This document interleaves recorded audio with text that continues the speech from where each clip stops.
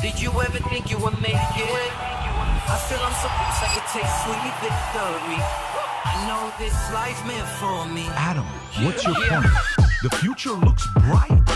My handshake is better than anything I ever saw. It's right here. You are a one-of-one? My son's right about I don't think I've ever said this before.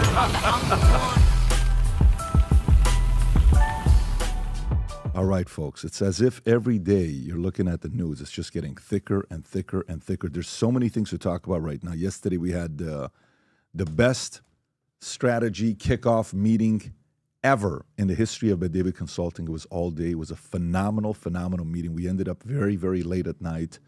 Those who were there, you know exactly what I'm talking about. A lot coming out soon here. But we got a lot of stories. We got, again, 3 of the smartest brains out there in Florida. Okay, we were able to figure out a way to do it. And then Rob and I decided to join them. We got Brandon, Snyder, and Ellsworth here with us. Brandon, you're like Madonna. You just have a first name. Thank you. You're so big, we don't even have to say Madonna's last name. What is Madonna's last name? Nobody knows. You're like Prince. You're like Madonna. So just Brandon. That's good territory. Thank you. Yes, it's a great place to be. It's a great place to be with Madonna. But maybe 30 years ago. But, okay, so this story here, a few things on what's going on, folks. Trump just came out and said, look, Venezuela is going to give up 50 million barrels of oil to U.S., okay? And China comes out and says, wait a minute, what are you talking about? That's ours. So there's this fight going on. Remember the key word that Rubio used, Western Hemisphere. Very soon, Rubio could be the head of state of 4 different places. He could be running Gaza, Venezuela, and Iran if it goes the way it is going right now with the decisions he has to make. But that guy's got a very busy schedule. But Trump says 50 million barrels is going to the U.S. And Polymarket decides to refuse paying out bets that U.S. would invade Venezuela because the word invade. So that's a very interesting. Now it's getting a little bit technical on how they have to pay out, right? The keyword invade. It wasn't an invasion. They came and took him out, right? it's a question. Did they? Well, let's talk about it. Yeah, we'll definitely talk about it. Rubio tells lawmakers Trump wants to buy Greenland. We don't know if it's on sale or not. I went on eBay the other day. I didn't see Greenland for sale. I went on Realtor.com. Zillow, couldn't find it, but maybe they're on a different website we don't have access to. John Harbaugh, for some of you guys that follow sports, did you ever think he was going to get fired from the Ravens? I never thought it was going to happen, but this field goal kicker fired John Harbaugh. If that field goal goes in, I don't know if the guy's getting fired. So should they fire the kicker? Should they fire him? Who knows? He says he's got 8 job offers already. And we'll get into that if we have a chance to get into it. Rookie kicker, to be fair. So what did I say? Did I say it's a kicker, right? No, but I'm saying, to be fair, it was a rookie kicker. It doesn't matter what short. It's 43, Tom. It's 43 yards. I could have gone. Dylan would have kicked the 43-yard. Now, listen, sometimes we talk like that, but that's part of fan and screaming and arguing, and it's a different time. Prediction markets show rising odds. Trump seizes Panama Canal and moves on Greenland, which, by the way, that was the deal with the Hutchinson that China came in and said, no, you can't get those 47 ports, and 2 of them were the main ones that they were going to get, right? A couple of the ports were in Mexico, but the deal was stopped.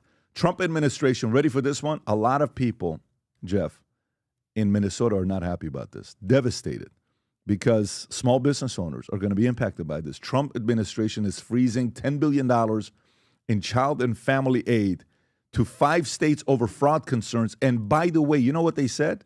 Fraud investigation of California has begun. California. What do you mean fraud investigation? It just began.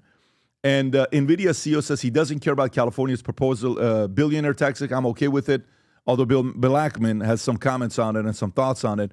Iran on the brink as protesters move to take 2 cities, appeal to Trump. You should see they have Trump's name stickers all over streets. They're renaming streets after Trump in Farsi. Just a very interesting spectacle. Reza Pahlavi came out and gave a message to the Iranian people. I've made so many new Iranian friends. It's been incredible. The amount of love I've gotten after I called that Reza Pahlavi. The DMs are beautiful. You guys are so beautiful, so respectful.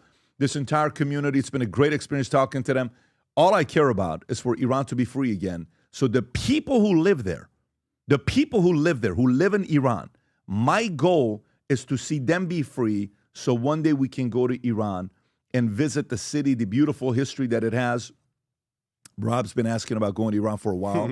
And listen, I like to have people's dreams become a reality. He's been begging for this for 3 years. I'm like, Rob, I don't know if it's going to be tomorrow or the next day, but just wait patiently. Maybe it'll happen.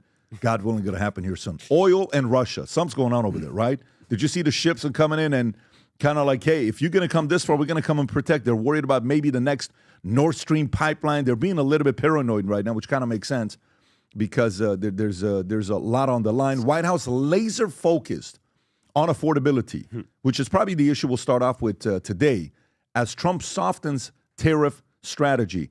The dollar, Snyder, I'm going to come to you on this one. The U.S. dollar set for the biggest drop in a decade after trade war. I know you've talked a lot about the euro dollar, $0, so I kind of want to hear your thoughts on this as well. Michael Burry from Big Short says markets are missing a trick as the Venezuela rate just changed the game. What the hell is he talking about? We'll address that.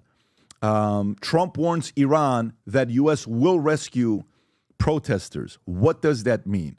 In an interview with Wall Street Journal, Reza Pahlavi was asked, are you for U.S. intervention to come and help out? And he flat out says, we don't need a single boot of your military on the ground in Iran, okay? Now, I don't know if Iranians agree with that. I mean, that's what he's saying. I don't know if Iranians are sitting there saying, wait a minute, for 47 years we haven't gotten a single boot. And it's not been free. Do we want it? Do we not want it? Do Americans want it? So it's a lot of topics there that we can address, and hopefully we'll get into it. And then India issues. Trump warns of higher tariffs on India over Russian oil purchases. U.S. dollar set for the biggest drop in a decade. Ackman, we'll talk about that.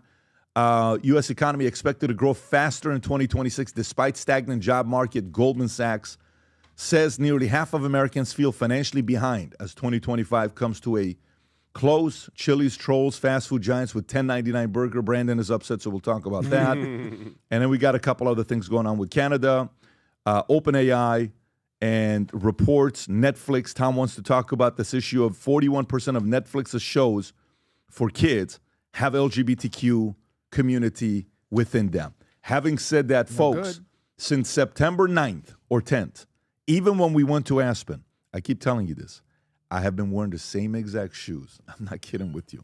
This sounds crazy, doesn't it? It has to be. It's the only thing that I wear every single day, and I show you every single time. This is on, right? Future Looks Bright shoes.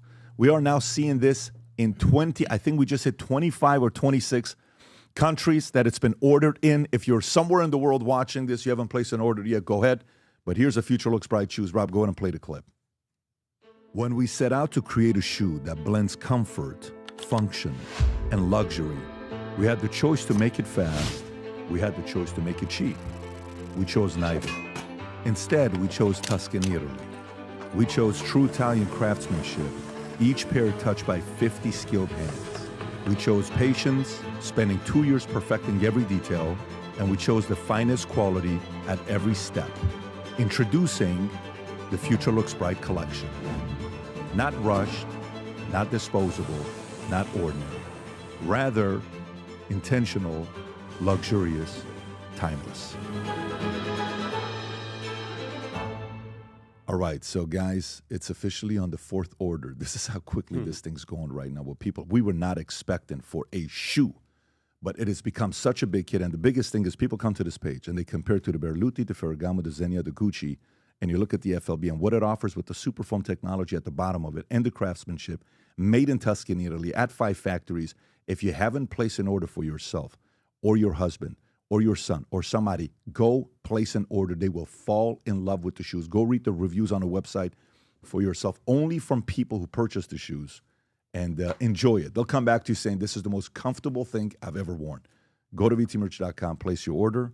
And having said that, let's get right into it. First issue I want to get into, White House laser focused on affordability as Trump softens tariff strategy. Okay, so there's 2 stories like, well, affordability is just a Democrat hoax. It's not a real thing. No one's really dealing with that. It's just a bunch of BS. But behind closed doors, apparently, guys, we got to get this affordability thing scored away as we're going through this next phase. So the Trump administration is ramping down tariffs for even more goods as the White House zeroes in on its messaging around affordability. The White House announces Wednesday that tariffs slated to kick in Thursday as furniture, kitchen cabinets, and vanities would be postponed for another year. This indicates that on some level, the White House understands that President Trump's tariffs are driving up consumer prices and that Trump and the Republican Party are incurring substantial political damage from higher prices. Michael Strain said the White House slapped a 25% tariff on furniture, kitchen cabinets, and vanities in October. Tariffs on furniture were slated to increase to 30% in January, and tariffs on the cabinets and vanities were set to increase to 50%. But they're trying to figure out something going on here with affordability. Tom, your thoughts on the story? Well, first of all, we were correct. We talked about this, and we said that the tariffs, and we said at the beginning of the year, they would be tactics, not taxes. And guess what?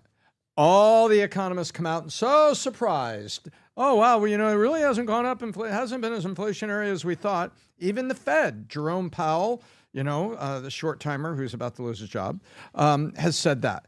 And what's happening this week is the president is talking more about affordability to kind of take the messaging back from the Democrats who keep saying, oh, it's inflationary. If you look at one of the things that was happening this week, it was a bunch of pre-made construction stuff. These are things that, average Americans buy every week, not vanities, kitchen cabinets, higher end furniture. Come on. Those aren't the things that people are buying every week. And that's not what tariffs are going to cause inflationary. As a matter of fact, he moved on some agricultural tariffs that were in Italy. And it took the tariffs down to 1.2% on certain Italian pastas. So the pastas that are coming in, it was less than 1/7 of our sales tax. So what's happening right now, point one, the president hears these messages Democrats are trying to push on affordability. So now he's fighting back saying, hey, it wasn't inflationary in the first place. And I'll tell you what, let me suspend this tariff over here, this tariff here that was on kitchen vanities, cabinets, and things that you would use for remodels. And Americans aren't really doing that right now, right? There's not a lot of remodeling going on. You see the quarterly reports from Home Depot and Lowe's, but energy is down, heating oil is down for the winter, and also he just did like what he did on the imported Italian pasta, make it like a 1% tariff coming over there. So he's getting the joke that he can't just say to the microphone, oh, affordability is a headline issue that's being spun by the Democrats. No, there's some reality to it because the prices haven't come back down from Biden inflation. And so now the White House and the president are out there speaking to it to counter the message of the Democrats. And yes, certain things like Italian pastas came down a little bit. Jeff, your thoughts on this? Yeah, this is not a messaging thing. The fact that they try to treat it as a messaging problem shows that they're still kind of out to lunch. You're saying it's a real thing. It is absolutely a real thing. The original problem here that Republicans had specifically is they came in, last year or the year before, sorry, it's 2025 or 2026 now. They came in the year before and said, we're going to bring prices down. Mm-hmm. Well, in economics, prices don't go down. That was a mistake to begin with. When prices went up back in 21 and 22, that was a permanent change. You can't go backwards. Every supply shock in history, prices go up in a step fashion, and then they level off where they are at a new step fashion or the new equilibrium, and they stay there. So what Republicans should have said is, you want to blame Biden for that? Fine. Biden made you poorer. Now we're going to try to fix it. Not by getting prices to go down, because they will not go down. They should have been clear on that. Prices will never go down again. We are never going to see 2019 prices again. So what we're going to try to do is our absolute best to make sure the jobs market is as strong and as resilient as matching the rhetoric coming from all these different economists in the Federal Reserve. So that what happens is, what should have happened if we had a strong economy, that you have prices that went up in 21 and 22, or 21 back then, 5 years ago, and then incomes rise to, first of all, meet prices and then exceed them. What happens first? Income goes, cost of goods goes up first, then income rises? What is the typical pattern? In this case, because prices were forced higher by government action, it was a non-economic. Income has to be forced to increase. Income should naturally go up. If there was an actual recovery from the pandemic and the lockdowns, then incomes would naturally rise over enough time that it would equalize with the prices from 21 and 22, and then exceed them.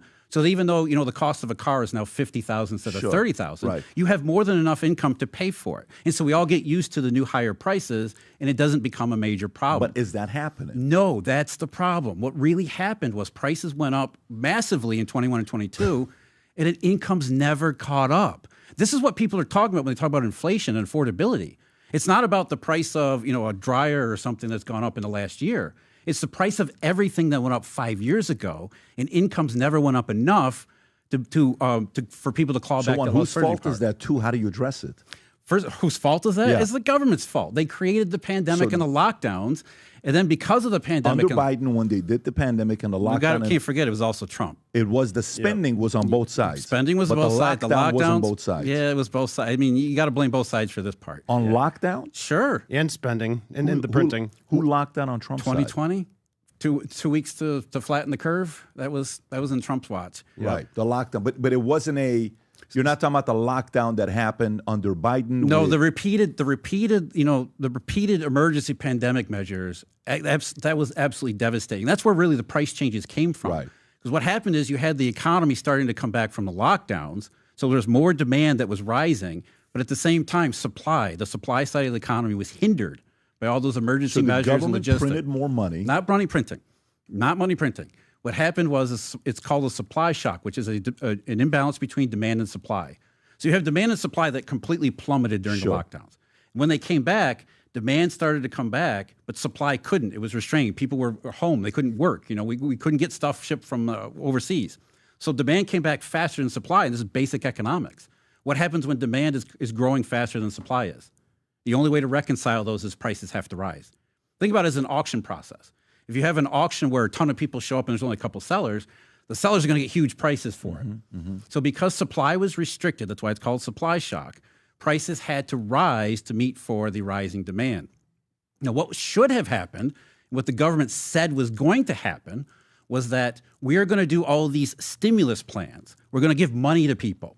And what that's going to do is that's going to temporarily stimulate the economy so that the process I talked about, where incomes would start to rise and then slowly over time, they would offset and exceed price changes. But that never happened because stimulus never really actually stimulates. How do you address it now? How do you address it now is we got to get the labor market back working again, which means the economy needs to hit some kind of equilibrium coming off of that, 4 years ago, where it was artificially stimulated in all the worst ways. Now it has to clear out all the bad stuff, including the stuff we're going to talk about here with fraud. I mean, fraud and government waste was a huge part of stimulating the economy, which is the worst way to try to create a sustainable economic growth pattern.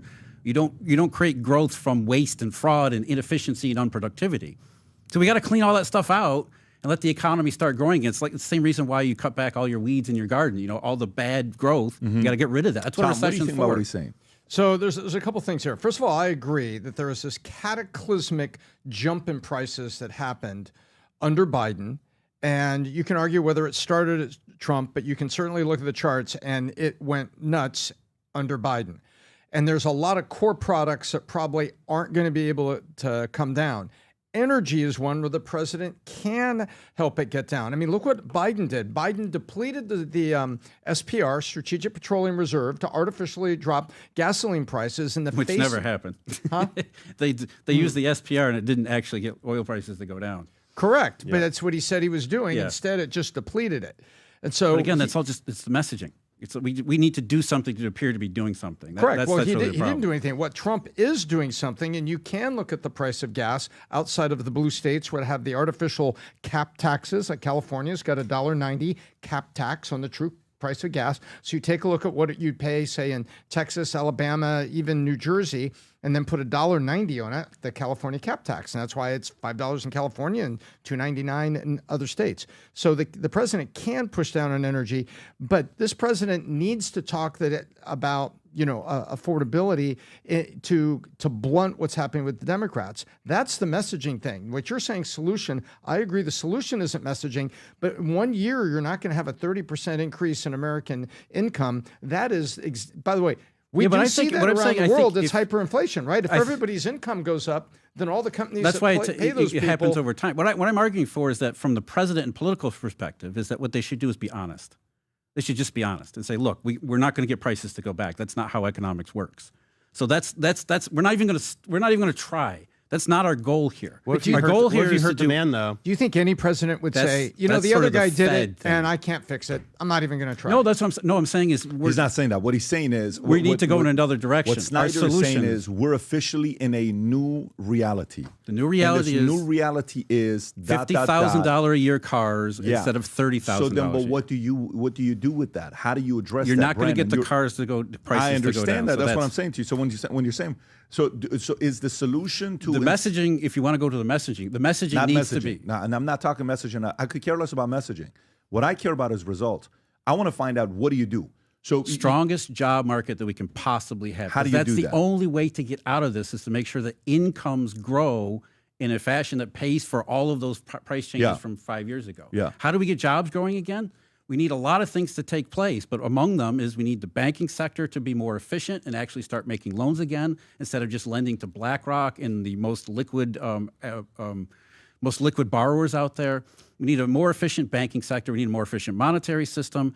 We also need, like I said, we got to get the government out of the economy. The government is the biggest impediment because the government is all fraud, waste, and inefficiency. I agree with that, but you've just, can you hear me? Yeah. Yeah, I agree with that, but you can't, fix every layer of the lasagna all at once.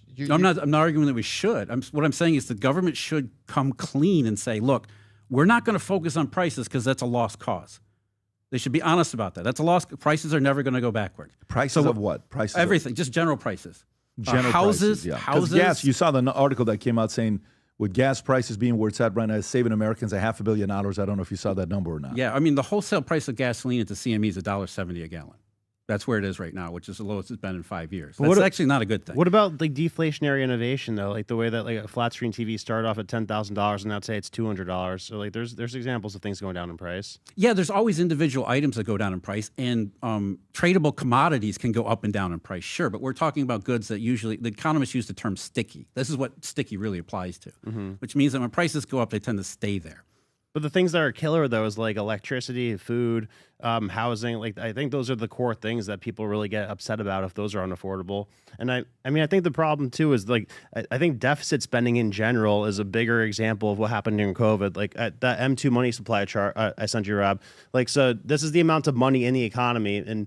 Like obviously went up a ton in 2020, but just the fact that we're spending like an extra $1 trillion per year than what we actually have, like that's the creation of new money. I know it's not money printing; it's like the Treasury issuing new debt, but that's adding new money into the economy. That's artificially increasing demand. So of course, things are going to be more expensive if we're like putting more money in the economy every year, and that's like such a waste of capital too. By the way, like the Fed created like an extra $9 trillion of money on its balance sheet. So that went to banks. So why aren't banks using those loans efficiently? Like are they just sitting on that money? Yeah, what they've been doing is buying U.S. Treasuries Right. because they're risk averse. Yeah. So we need risk taking in the economy, which can't happen because of all this other stuff. I think the one part that you talked about, which I agree with, Rob, can you pull up the number of banks in the history of America over the years, how many we had and how many we are now? Small Because banks. That's exactly that. Small banks, just banks, total banks in America. If you go to, while you're doing that, I'll look up the reports. But the question becomes if prices, like you said, flat screen TVs went from $10,000. You can buy a TV right now for $400 or $500. I can't believe how cheap it is right now to buy a, so what does it say? It says 4,000 commercial banks in the U.S., 2023. Okay, so let's just say around 3917, according to FDIC. The number of banks peaked in the 20th century with estimates typically around 29,400, 30,400. That's before the Great Depression. But even at 1980s, we had 14,000 banks. To go from 14,000 banks to 3917, no longer lending money to small business owners to start because the underwriting becomes tighter. They want the bigger deals. They want the bigger business. I can see this happening. But, the other part is as well where the incentive comes about, let's develop cheaper cars, okay? More cost-effective cars. Let's develop housing that's going to be more cost-effective. How do you do that? Innovation. This is a time where innovation can really lead. But go to that chart right there, Rob. Go to that chart right there. Look at that. I mean, that tells the whole story right there. Consolidation. Look at that. That's not good. Yeah, it wasn't a contraction. It was a roll-up. Yeah, it was a roll-up. That's exactly what it was. It's all mergers. It's all mergers. And the consumer wins there.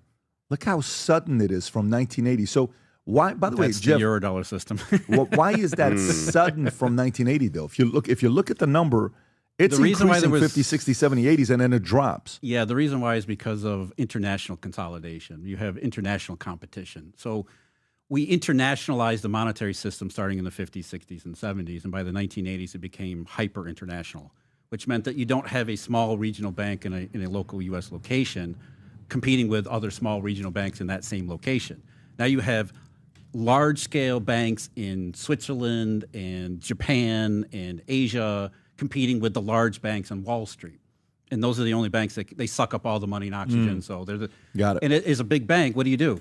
You buy all the smaller ones. It's the cheapest way to continue to grow and scale. The average person watching this, what can they do?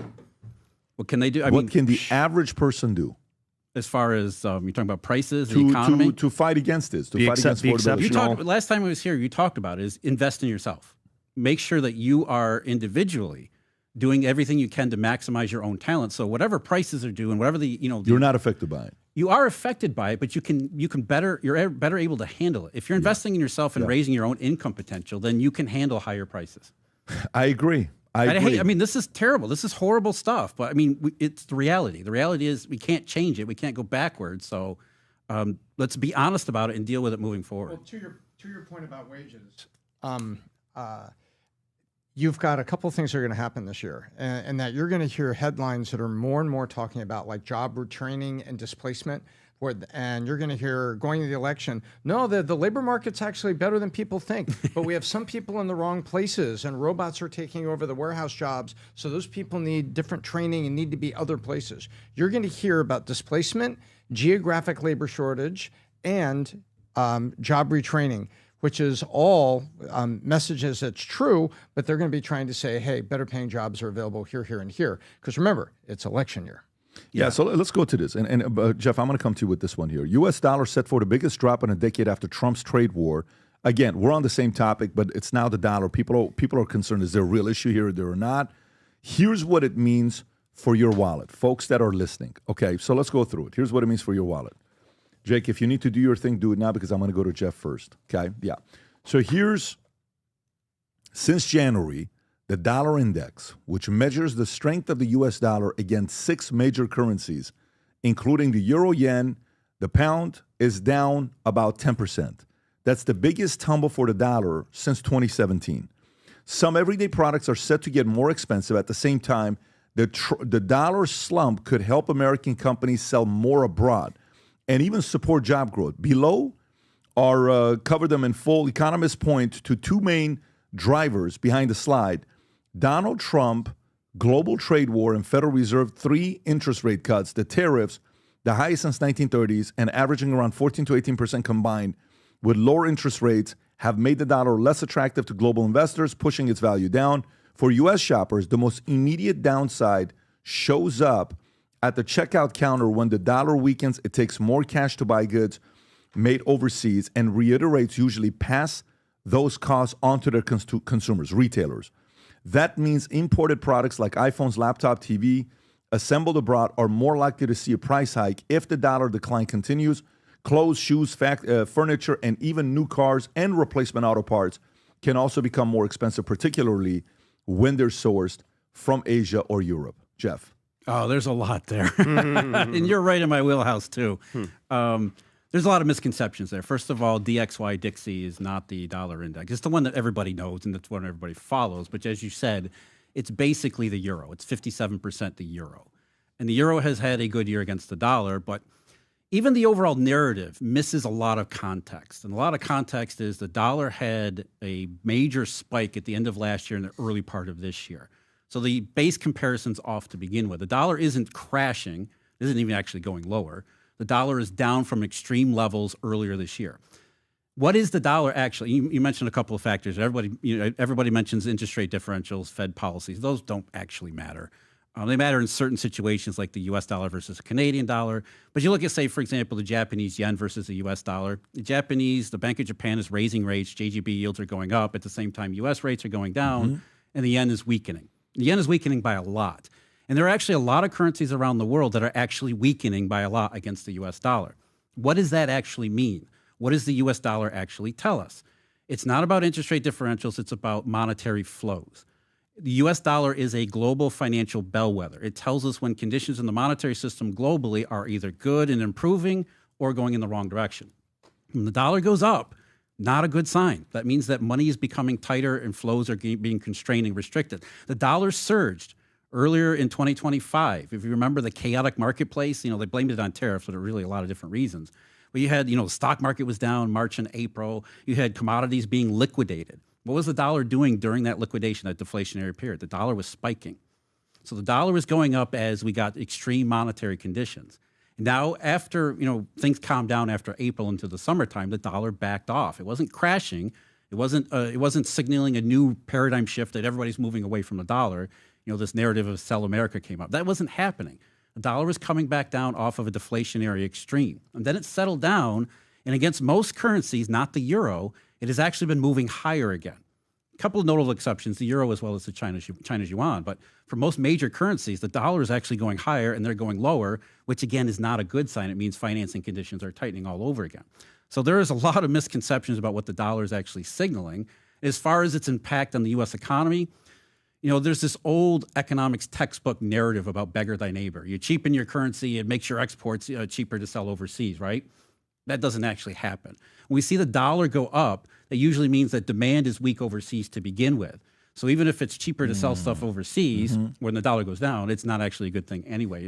It means that global economic circumstances in very broad terms are less than ideal and getting worse. So there's a lot of misconceptions when it comes to the dollar. Brandon, where are you at with this?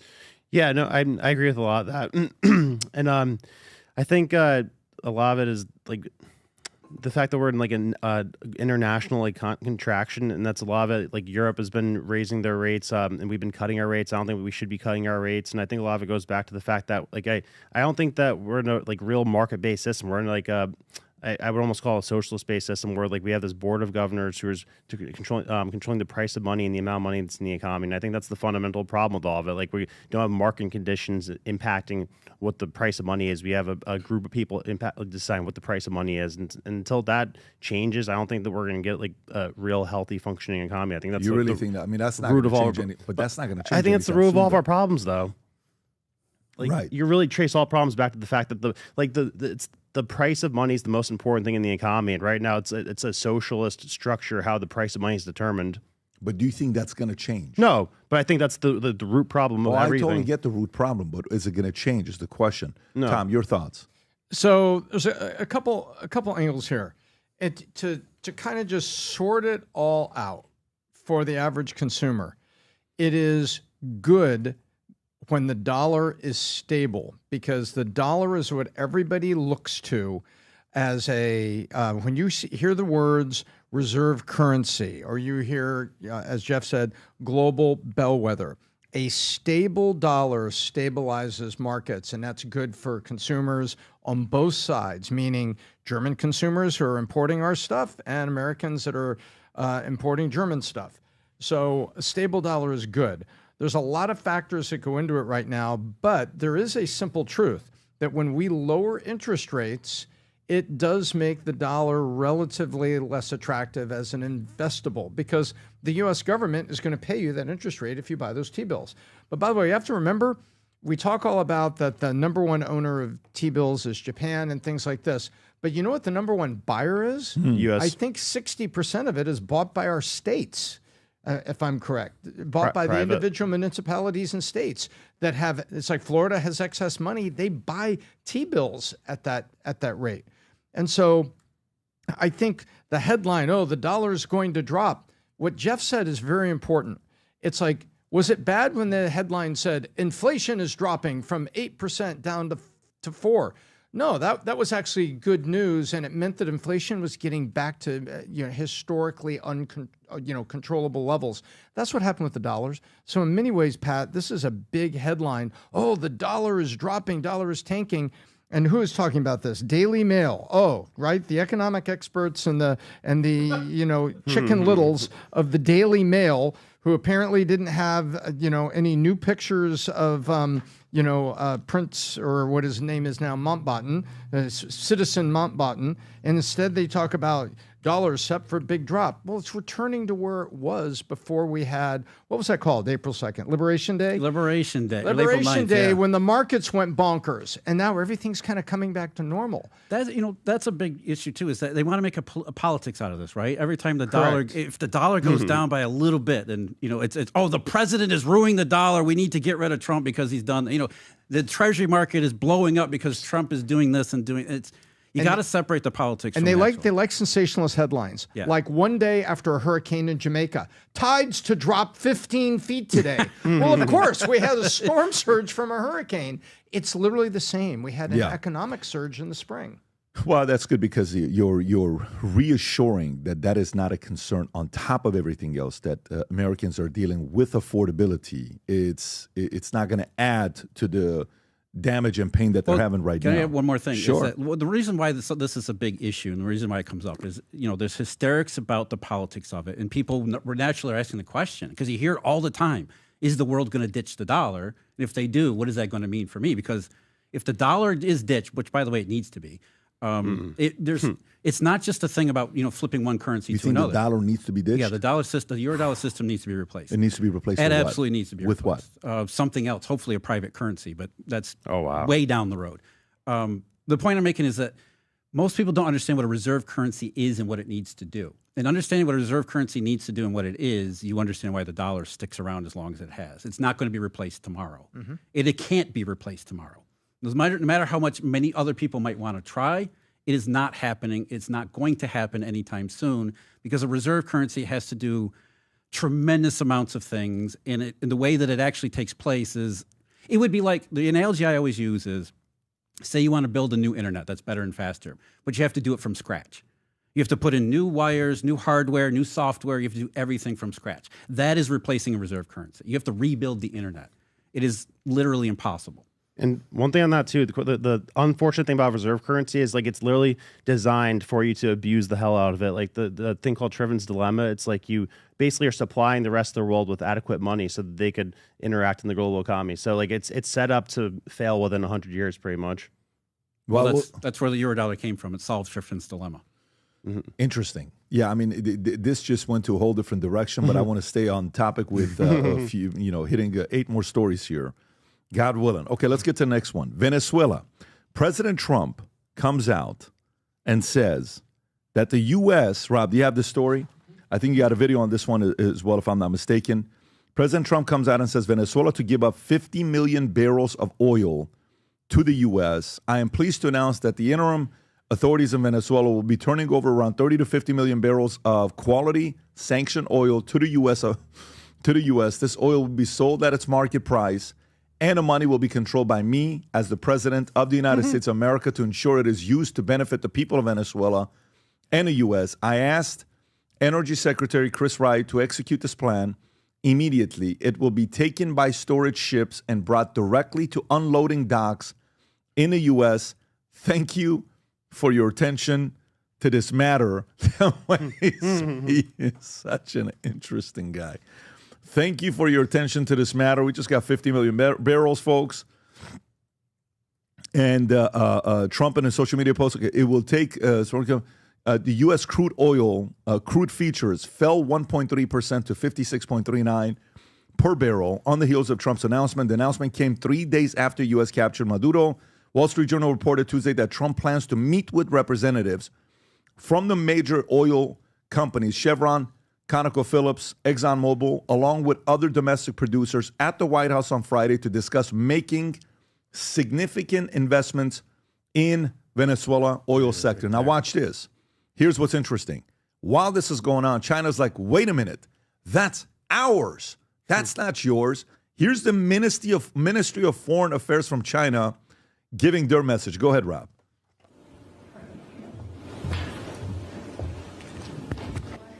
The United States has brazenly resorted to the use of force against Venezuela and demanded that America First be applied when Venezuela disposes of its own oil resources. This is a typical act of bullying, a serious violation of international law, and a grave infringement on Venezuela's sovereignty that also severely undermines the rights of Venezuelan people. We just wish they would have thought of it first. China strongly condemns this. I would like to stress that the legitimate rights and interests of China and other countries in Venezuela must be protected. The United States has long imposed illegal unilateral sanctions on Venezuela's oil sector and has recently brazenly used force against Venezuela, dealing a severe blow to the country's economic and social order and also threatening the stability of global production and supply chains. China has already issued strong condemnation in this regard. I would like to reiterate that cooperation between China and Venezuela is a cooperation between sovereign states and is protected by international law and laws of both countries. For sure. Tom, how do you feel about this? Oh, first of all, who is she from? She was from the Ministry of Foreign Affairs, and I thought the Ministry of Foreign Affairs was something that involved Eric Swalwell. Says we'll pass on that. Second, here's something fun facts. Fun facts. Ready for numbers scream? The total output right now during the naval semi-blockade from Venezuela is 600,000 barrels a day. That is the output right now.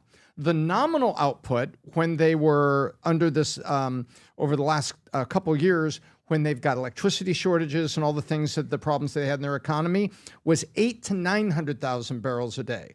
The logical limit, based on every pipeline and the port, there's a port Jose and there's a second port. There's two main ports, is only 1.7 million barrels per day. That means if everything was working perfectly right in Venezuela and the ports were operating at maximum efficiency and all the pipelines that go into this huge center geography that's in Venezuela and this big valley where all the oil is, we're all working maximum to 1.7. So what Trump is basically saying right now, somewhere between 600 and 900 barrels a day, for the next 90 days, if he wanted to, he could step on the air hose to China and Iran and only send the oil here. Now, there's also something very interesting. Venezuelan oil, because you've heard people talk about light sweet crude and West WTI, West Texas Intermediate, which is the Permian Basin. There's all different types of oil, and just like there's different types of gasoline and aviation gas. Well, guess what? Venezuelan crude is known as heavy crude. And heavy crude needs special refineries who can handle the heavy crude. And would you like to know where the most heavy crude refineries are? And the answer is the United States Gulf Coast, particularly Gulf of America. The Gulf of America, Houston, Galveston has the most facility in the world to refine Venezuelan oil. Almost like the U.S. oil makers knew or were buying from Venezuela all along and had the facilities so when they got that type of crude, they could turn it into the big four: automobile gas, heating oil, aviation fuel, and then all the derivative products that come out of a barrel of oil, the plastics and plastic-like items. Right. So what's going on right now, there's only one U.S. Oil company operating at speed, and that's Chevron, and they're getting about 250 million barrels a day. So guess what? So if he's going to have a meeting in the White House, really, he's really asking Chevron, are you going to put up more money for infrastructure, number one, because they want to move that well beyond 1.7 million barrels a day. They want to get up to 2.5, 3 million barrels a day. That's going to take pipelines, and that's also, I won't get into technology of it, but Venezuela pumps most of their oil cold, meaning they don't put steam or other things into the ground to pull it out. Like what they do, like for the oil sands in Alberta and the shale that's in North Dakota. They use a lot of heat to go down there, loosen up the oil so it can pull it up. So what the president is basically saying here is like, you know what, China, you were skimming out the back door a couple 100,000 barrels a day, and they needed it. So Trump's going to put a stop to that. So China is going to have have access to that. Move. That's the power move. What a move. And then never mind Iran, what's going on over there.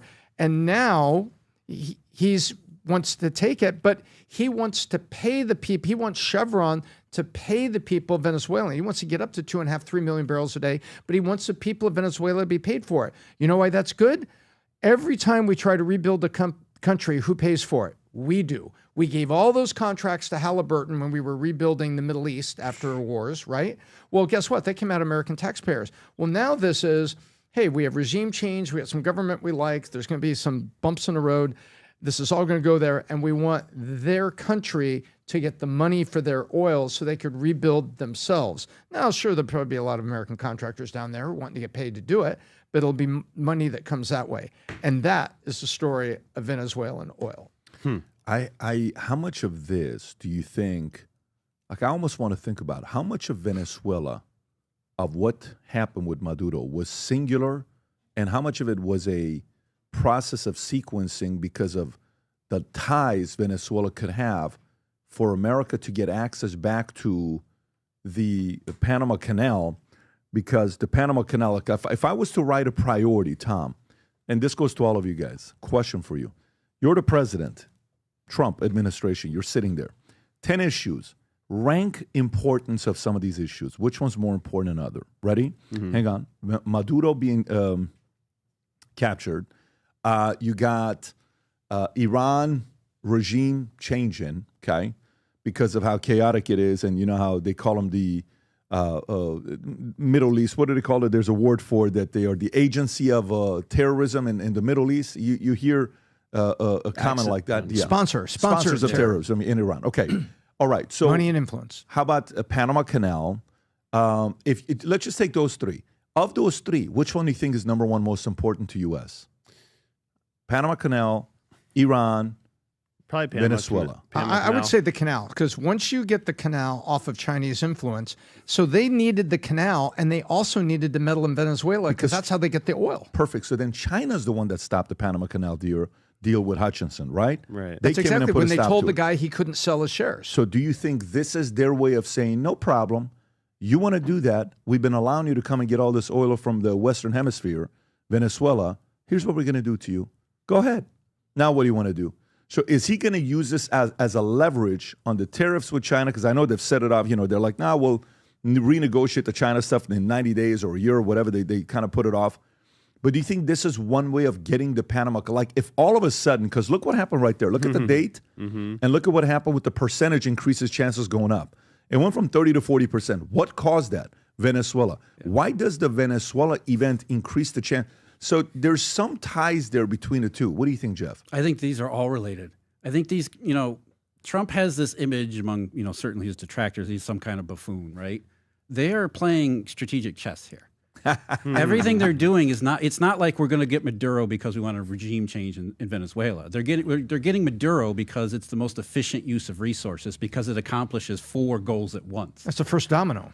Well, yeah. I mean, if you look at what they're trying to do, Iran plays in this too. I think how do you mess with the Chinese? Well, you get them distracted over in the Middle East and having worried about all the stuff that's taking place over there. Is Iran, which is an ally of China, Are they solid enough? Are they going to be a solid Chinese ally in a couple months, maybe? And this goes back to why did the U.S. strike the Iranian nuclear facilities? Well, yes, more than one goal was accomplished in that strike. First of all, it set back the Iranian nuclear capacity, but also showed to the Iranian people that the Iranian military is toothless. They had Israeli planes and U.S. planes loitering over the country for weeks on end? Yep. And they could do they were taking out Iranian leaders. It was sending a message, and it wasn't sending a message to just the Iranian people that says, look, these leaders aren't as powerful as you think it is. It was a message to China. Look at what we can do. Look at what we can do in Venezuela. And by the way, Venezuela is hyper strategic. And it's not just about Venezuela. Venezuela, as you said, the next step toward reasserting dominance on Panama Canal and a whole bunch of other stuff that we probably don't even know about. What I'm saying is I think the Trump administration doesn't act on simplistic impulses and irrational emotion as people have this caricature. The media paints it out to be. Yeah, it's not. There you can see there is definite strategic planning going on. So let me ask you, if they're saying Western Hemisphere, right? Look, this is the Western Hemisphere, the Monroe Doctrine, right? 1800s. Monroe. So Western Hemisphere. Well, then somebody could say from China, well, then why do you care about Iran? Or do they? Are they leaving it out there? It's interesting, right, when you think about it. But what are your thoughts on the story here with Venezuela? No, I think it's a huge opportunity just for the world in general. Because there was a time where I believe Venezuela was number 4 in terms of overall GDP, and it makes me think of when the Soviet Union collapsed. That if you handle this thing correctly, then you could open up that whole that whole country back to the world as a new market. And you have to be careful with managing it too, because I think like when the Soviet Union collapsed, we kind of mishandled it. We let the CIA, let the oligarchs take over, and then the resentment from the country to that led to Putin being in control. So I think if this is done correctly, it could be a beautiful thing. It could kind of get that communist virus out of South America, because the whole communist spread across South America started with Cuba, then it went over to Venezuela, and now it's gone over to Colombia. So they could start like extracting that kind of spirit from South America. That's a big thing too. Now, while we're on this, it's interesting because have you guys been following the whole Russian tanker that's been followed by U.S. Oh, yeah. The last week? U.S. sees Venezuela linked to Russian flagged oil tanker after weeks long pursuit. Rob, go a little bit lower to look at this because the timing. Let's just look how beautiful the ship is first. Take a look at that ship. Okay, brand spanking new. Go a little bit lower. Great condition. Yeah, great Looking condition. Good. Just had it detailed. Yeah, how much oil was it leaking along the way? USC, well, climate change. We got to take care of that. So U.S. seized a Russian flagged oil tanker that was being shadowed by Russian submarine on Wednesday after more than a 2-week-long pursuit crossed the Atlantic as part of the U.S. blockade of Venezuelan oil exports. This appeared to be the first time in recent memory that U.S. military has seized a Russian-flagged vessel. The operation took place after the tanker, originally named Bella 1, great name, slipped through the U.S. maritime blockade of sanctioned tankers in the Caribbean and rebuffed U.S. Coast Guard efforts to board it. The seizure effort was first reported by Reuters. It was on X. Military European Command says that Trump administration has seized the vessel for violating U.S. sanctions. The blockade of sanctioned and illicit Venezuelan oil remains in full effect anywhere in the world. The U.S. official who were speaking on the condition of anonymity said Wednesday operation near Iceland was being carried out by U.S. Coast Guard, and U.S. military Coast Guard did not immediately respond to the request of a comment. Go a little bit lower to see if the Russians have said anything about it. There's no immediate comment from Russia as well. Interesting. Tom, your thoughts on this? Well, first of all, my favorite line of the whole article there was being shadowed by a Russian submarine. In other words, we knew that, or we figured that out. And I think it goes to the technology advantage that we had when we went in and got Maduro. Remember, we didn't lose any equipment. We didn't lose any guys. We didn't have like a massive firefight on the ground that somehow involved civilians accidentally. We went in, we closed our eyes in and out. And now they're saying, well, it was being shadowed by a submarine. And can you see the Russians? Wait, they know we're here? Can you see if there's an image of it, Rob? Can you see if there's an image of the submarine, Russia, Venezuela? I thought I saw one. I thought I saw one on X as well. If you type in submarine, oil, Venezuela, shadow, submarine, I mean, it might have been a stock photo, but it could have been. I mean, nowadays anything is. AI. See if there's anything there with the submarine. No. Is there? No. Because if it was never really seen, but we knew it was there, then we leaked to the media to tell Putin, dude, we know you're following this thing. Again, that's the point, right? I mean, the reason why they took this tanker is actually about India. This is really about India. What's that right there? Let me read the top what it says. Russia dispatched a nuclear submarine to escort a tanker attempting to reach Venezuela. The tanker was already harassed by U.S. Coast Guard. Moscow is moving to guarantee its safe passage through the Atlantic in recent U.S. piracy. And who's saying that? Is that the submarine? All the stuff I've seen has not said that it is the sub. Yeah. I've not seen, if it's out there, I'd love to see it, but I didn't see anything that talks about, here's the picture of them both pulling over for lunch. I thought I saw something, but it could have been AI that is saying. Jeff, where are you at with this? I think this is about India. Again, multiple goals here. They seize the tanker, say you're violating sanctions, we're going to enforce sanctions. Who is the biggest buyer of Russian oil right now? India. So they're saying, look, you guys are continuing to buy sanctioned Russian oil, and there is a ton of it floating around the world right now. There is a massive amount of seaborne oil at sea inventories. And so what they're saying to India is, look, we've tolerated it, we've let it happen, we've talked about it. Yeah. We've given you warnings. Now we're actually going to act on it. Rob, what's this? This is President Trump aboard Air Force One, where he talked about sanctions against India for purchasing Russian oil. Go for it. They wanted to make me happy, basically. He wanted to. Modi's a very good man. Yes. He's a good guy. He knew I was that happy. And it was important to make me happy. They do trade. It's important to make me happy. And we can raise tariffs on them very quickly, and it would be People are very afraid bad of that. for them. Is that Lindsey? Who is that to the left? Lindsey it Graham. Is? Man, he looks like he looks different from a profile. Like, it doesn't look like himself. But there's a story here, Rob, if you want to go to, from CNBC. India state-owned refiners keep buying Russian oil even as New Delhi seeks U.S. tariff relief. So let me get this straight. You're coming to ask for relief, yet you're still buying. If you want to go to that story, Rob, state-owned refiners in India are still buying Russian oil. The U.S. imposed a secondary 25% tariff on Indian goods in August, citing New Delhi's continued imports of Russian crude. Washington also sanctioned Russian oil companies Lukoil and Rosneft in late November. On Sunday, Lindsey Graham claimed that India's U.S. Ambassador Vinay Mohan Katara had asked him to urge President Trump to lift these tariffs, arguing that New Delhi has reduced its purchase of Russian oil, while India's overall demand for Russian oil, crude oil fell in December. Analysts say the decline was largely driven by reduced buying from Mukesh Ambani-owned Reliance Industries, which had been a major importer before the U.S. sanctions on Lukoil and Rosneft took effect in late November. So do you have a video on this, Rob? I do. It's just the president again talking about Modi. Here is it the same thing? Or? It's a different speech, but he just talks about Modi and the Apache helicopters that India purchased from him. But he's not talking about oil. No. Okay, Brandon, your thoughts on this? Yeah, so think about what could be done here. So Russia, and when we talk about going after the core, the nucleus of somebody's power, like 30 to 40% of Russia's GDP comes from selling oil. So it's already hurting them that oil's down from $70 or $80 a barrel to like 56 now, which I almost think the market was anticipating this takeover of Venezuela with what oil prices have been doing. So what could be done now where India buys like 30% of, they represent like 30% of Russia's oil buyer. So now could we start selling Venezuela's oil to India to offset that if we want them to stop buying Russia's oil? Because if we chop away at Russia's oil demand, then that decimates them. Their GDPs are already going down because of the lower price in oil and the lack of buying pressure from countries. Because it's really just China and India that buys Russian oil, and Iran a little bit, but so. If Iran falls, if we have Venezuela's oil, then really we have the biggest oil-producing countries in the world, like at our mercy. You know what I mean? Yeah, but you know what this is doing? Let me tell you what it's doing. And this is the feeling I'm getting.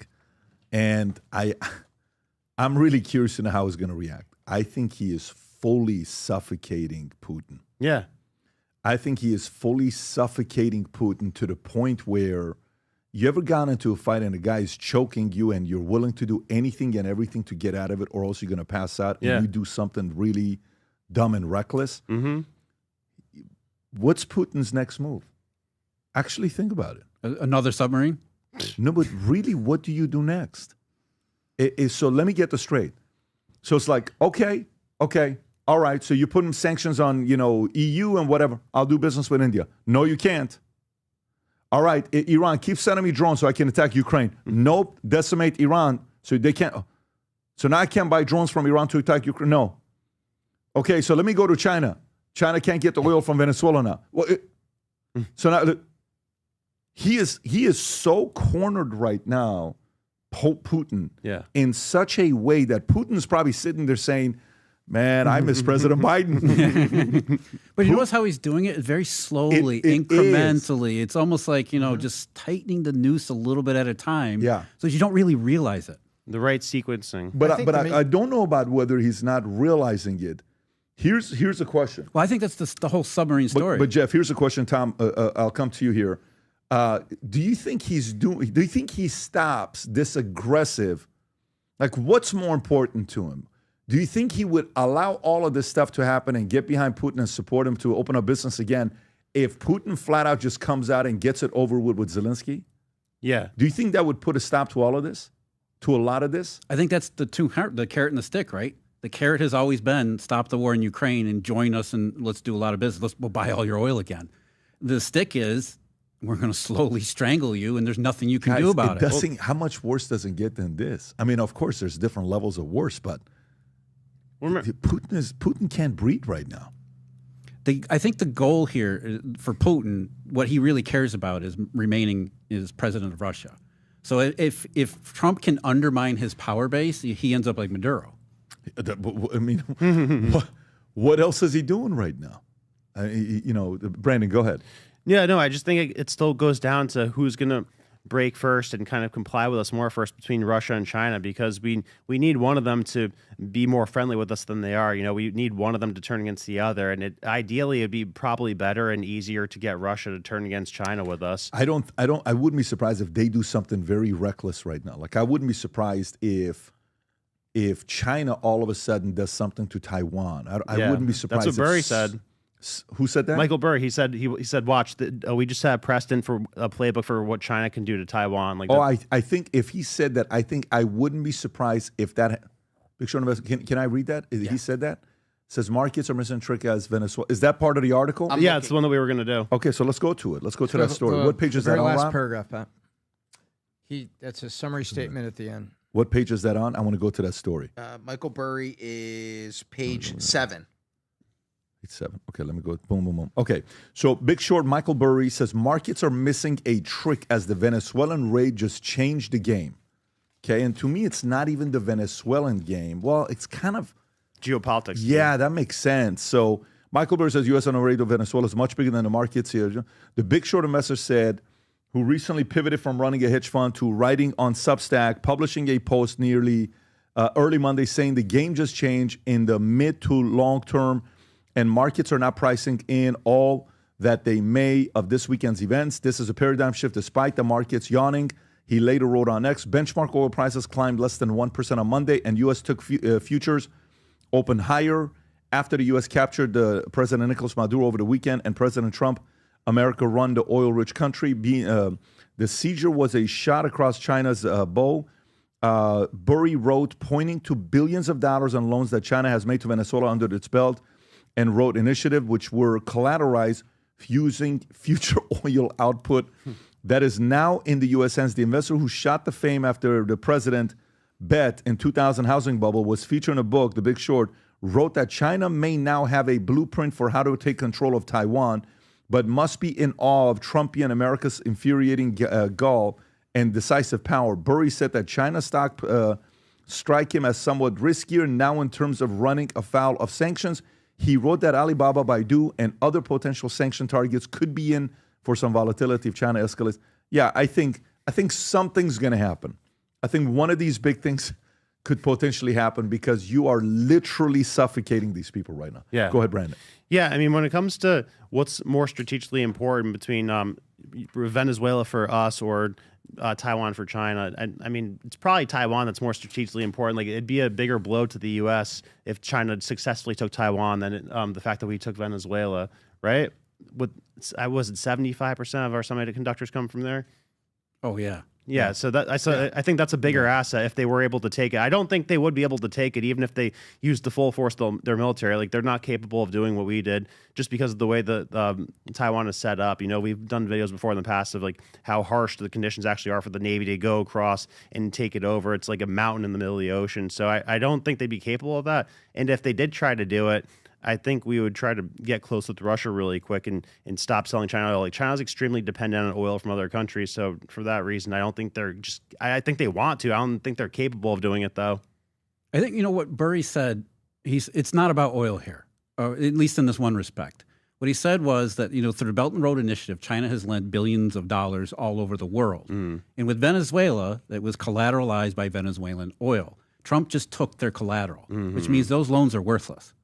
Because let's face it, Venezuela's not going to pay them back. And China knew that when they extended the loans. That's what China does. It extends loans to these countries that they know that they can't pay back, intending to either take the oil as the collateral or some other form of collateral. Usually it's facilities like, you know, a railroad or a dam or some kind of mine. So what Trump said is, okay, I see your Belt and Road Initiative, and I'm going to take the initiative and take the collateral right off the board, which makes that loan and your entire effort in Venezuela worthless. Again, it's a piece on the chessboard that it's a pretty damn big one. Yeah. Yeah, the economic hitman principle, they took that away from, like, they took away the resource What they does actually he care want, about. though? He has to want something. Trump or Xi? Trump. What does Trump want? What does Trump want? I think he realizes that this is Cold War II. Let's be honest about this. China is not what is it called? Strategic rival or whatever they call it. No, this is Cold War II, and it has been. You know, why did they leak that story from, what was it, New York a couple of months back, where they had all of those SIM cards in a room that could just basically fry the communication grid in New York? Right. Why did they leak that? to say that, look, we are kind of at war. Why have the Chinese been buying farmland next to air bases? Yeah. To do what the Ukrainians did in a first strike, to launch a drone attack to take out the U.S. Air power. Is this one you're talking about? So what I'm saying is that the Trump administration at least realizes, even though they don't want to say it explicitly, this is Cold War II. And so we need to think Cold War II. Where's the done rogue doctrine is coming from? It's the execution of that strategic realization. We are in a Cold War with the Chinese. And the worse it gets for the Chinese system, the more likely it turns into something that gets really bad. Yeah. What I think what people need to look at is what you're talking about. This is really 3D chess.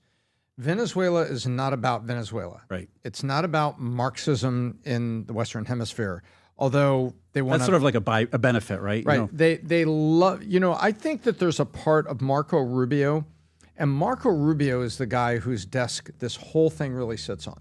This isn't the Department of Energy. This is sitting on Marco Rubio's desk on 3D chess, because it is the blow against Russia. It is the blow against China and their collateral. It is taking back the hemisphere.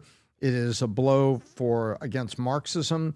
And the U.S. mainstream media wants to talk about, it was illegal to go in there, and now the greedy, all the greedy energy companies are going to get the oil. Wait a minute. Only Chevron's in there materially benefiting right now.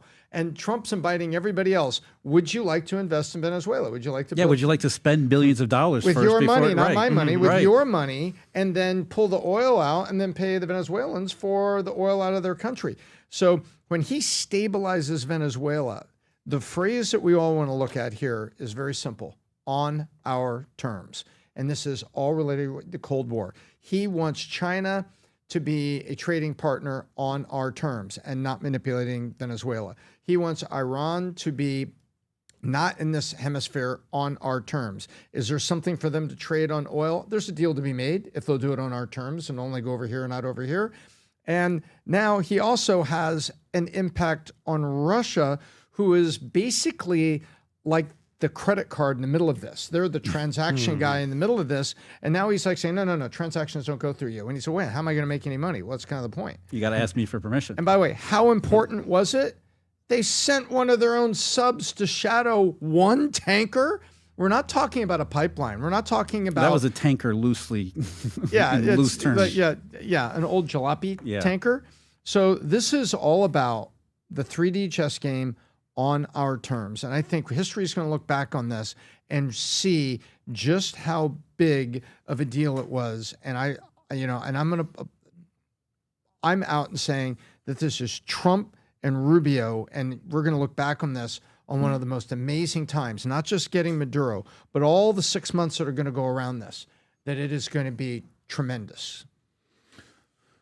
Yeah, for the folks that are watching out there, this place is 22 degrees, the podcast room, and I think they do this on purpose for us. We could use some oil and a heater right over here. It's you have to be here to see what it feels like. But it's. I agree with what you're saying on how unique of a time we're living in for this many things to be moving. We're going to look back on it. Yeah. You think about... The big if is if they can pull it off. I think they could pull it off because they have so much leverage right now, Jeff. The amount of we have not yet seen the Chinese and Russians... Retaliation. Not retaliation, but them realizing... It's sort of like, do they know what Trump knows, that they know that Trump knows? Do you think they're not paranoid? Do you think? Well, I think that's why Trump has had to establish these precedents. Let me ask you a question, though. By nature, by DNA and nature, who do you think is naturally more paranoid? American leaders, politically, Russian or Chinese? Chinese. And then second is who? There's other Chinese. That's right. So you don't think they're sitting there wondering, knowing what he's doing? I don't think they're delusional. I do. I think they are. I think that the Chinese have been following the caricature that has been printed about Trump. And I think that's, a lot of intelligence is really just regurgitating all these mainstream ideas. And I think what's happened is they have vastly underestimated, first of all, his resolve, but also his strategic planning, as well as the ability to execute on that strategic planning. So I think the Chinese have yet to fully comprehend what's taking place. There's no way they are who they are without sitting there mapping out and saying, these are the 22 things he could do. got to remember, this is a communist regime. They're not exactly. I mean, the image of the Chinese as, there's these long planners who are thinking 1,000 years ahead. No, these are communist bureaucrats. They are thinking about tomorrow. They're not thinking about 1,000 years ahead. I don't know about that. I don't know if I agree with that. they're a little bit more longer. I don't maybe know. not 1,000 years, By the way, but they think 10 when other people think 10 minutes. Yeah, I don't know if they, when they said the whole Made in China 2025, remember how by 2025 they wanted to be able to take over the world and they're going to be the biggest thing. And when they announced it, and then COVID happened. So to me, yeah, but those are just 5-year plans. If China is sitting there behind closed doors seeing what's going on, my concern is with the amount of suffocation where you cause people to see how much control they've lost, they make desperate moves. Like COVID. And desperate moves could be massively retaliatory, and all of a sudden you're like, wait a minute, what just happened? Or if you want to be positive, that's exactly what the Trump administration is counting on. Why? Because then they could use a desperate move on the part of China or Russia or whoever it is they think as their next step. Now we're justified in taking it up a notch because the Chinese did this and they Perfect. So expected question for you. What's up a notch? I don't know. I mean, that's Tom, Rubio knows. In terms of what's pressure? up a notch? Yeah, what's next? All right, so putting enough pressure Greenland. on Russia. They're distracted with Venezuela. Let's get Taiwan now. Let's make a desperate move. Let's do a naval blockade. Let's do an economic super sanction. I mean, you see what I mean? Would China, now, do I think they put boots on the ground and go on Taiwan? No. But would they maybe move 3 chess moves ahead, thinking that the rest of the world is distracted by Iran fall or not fall, and Venezuela and what we're doing, and Putin what he's doing? Would China take advantage of that and make like 3 big chess moves on Taiwan? I think so. Well, what is it the leverage the Chinese have? What is it they have that they could use as leverage? There's really, I mean, manpower. But I think more of an economic thing, like manufacturing, rare earth. Yeah, you need rare earth for basically anything that has to do with modern electronics. So maybe they start restricting rare earth. Well, it's just the refinements of rare earth. So like we just don't have the refining capacity. We have rare earth, it's just not refinement. It's not easy to get right. So I mean. So Trump is already sort of like ahead on that part, saying, okay, we're going to start building our capacity, so we're going to take away the Chinese leverage before they can even use it. And their biggest asset is getting the discounted oil from Russia and Iran. So, if Iran suddenly falls and Russia has enough pressure on them to stop being so friendly with the oil they give to China, then China's really in a stranglehold where they stop getting the cheap Russian and Iranian oil. Because that's like China's nucleus is the ability to get cheap oil from Iran and Russia. Yeah, I mean... this is the other question as well. We talked about it on the podcast on Monday. It's very obvious that Trump is relying on Marco a lot more than he's relying on JD to get things done. Mm-hmm. It seems as if the second most powerful person on his team is not Vance. It's Rubio. And by the way, if Rubio's in more of these meetings doing the deals, world leaders are now accustomed to who? Rubio to be doing that, which means they're kind of sitting there saying, we either want this guy in 2028 or we don't. But if Vance is not in those rooms building those relationships and Rubio is, it may be Rubio's turn in 2028 and then Vance's turn maybe in 2036. You bring something interesting up. I was watching the weekend news shows, and Rubio wasn't out there like a proxy just giving the administration's talking point. He was processing points and responding to reports. You know what I mean? Yeah, for sure. Very different from the senator from Michigan. I support what the administration has said about this, and this, and I think he's doing a fine job, and I think you're full of crap. That's a proxy out doing the talking point. Rubio was going, no, you don't understand. A, B, C, this is how we're going to be. And he was really there putting the processing down that impressed me. Okay, let's go to the next story. Bill Ackman slams California wealth tax as expropriation of private property. Okay, is there a clip on this or is it a tweet? It's a tweet. Okay, let's go through. Oh, we already talked about this. It's from December 29th. Why is the story on January 5th, though? Why is it showing the story is here? Let me see this. Boom, boom, boom, boom, boom. $1 billion, 5% tax, California. Yeah, we've talked about that already, right? I thought it was a newer story that he brought up. I'll skip that story. I'll skip that story because I thought it was a newer one. And we covered that one right there. Here's going to be half Americans. Which one's going to be BYD? Tesla, China, boom. Okay, here we go. Homeownership rate in New York is the absolute lowest in the U.S. Think about it. Lowest in the U.S., New York? Yes. New York is the lowest in the U.S. When you look at this article, Rob, I don't know if there's a chart for the other ones because I'd want to know who is the highest, if New York is the lowest, if we can pull that up. Homeownership, long viewed as a cornerstone of American economic security, remains stubbornly out of reach in New York State. By the end of 2024, the Empire State posted the lowest homeownership rate in the country with just 51.3% of residents owning their homes. The report places New York at the bottom of a national ranking and highlights how sharply the state diverges from much of the rest of the country where owning a home remains the norm rather than the exception. The study, conducted by Stage Properties Brokers, LLC, tracked quarterly ownership trends across 50 states throughout 2024 using a single most recent full year available data. The rankings were determined by the state share of each state's population that owned a home in the fourth quarter year, capturing not only where the state ended the year, but also how ownership levels shifted over time. In New York's case, the trajectory was flat to down, reinforcing the state's longstanding reputation as a renter-heavy market dominated by high prices, limited inventory, and dense urban housing stock, particularly in New York City. Who was at the top, Rob? Does it show you who was at the top or no? No, I could only find a chart that was from 2022, Okay. but Tom, nothing for 2025. Tom, where are you at with this? Why does this story matter? So what I think it points out is that New York was already difficult for people to actually own a house. And what's interesting, in blue states where the property tax is higher, people forget that there's hidden cost of home ownership that people don't see, first-time homeowners don't see right off the bat. And that is the property tax that you have to pay, usually December 20th. Everybody gets a property tax bill. It's usually due by January 20th or something like that. And that is based on the price of the house. So if the house is more expensive, not only do you need a bigger down payment, not only do you need a bigger mortgage, now you're paying more property tax. And because the value of the house is up, now the insurance is more to insure that house if you have to rebuild it because of fire, loss, or storm, whatever it is. And so blue states where have all those headwinds, it all adds up to being much more difficult to actually own the home. And that's what we're seeing in the bluest of blue states, which is California, but it used to be New York, but they're right there at the top too. Now it's difficult. So what do I make of it? It's failed economic policies. You could also take a look at all the blue states and the cost of electricity per kilowatt. I found a chart yesterday that was talking about that, and it was blue states were doing that too. So now it's also the bigger your house is, the more expensive the electricity is, so more expensive to run the heaters and air conditioners.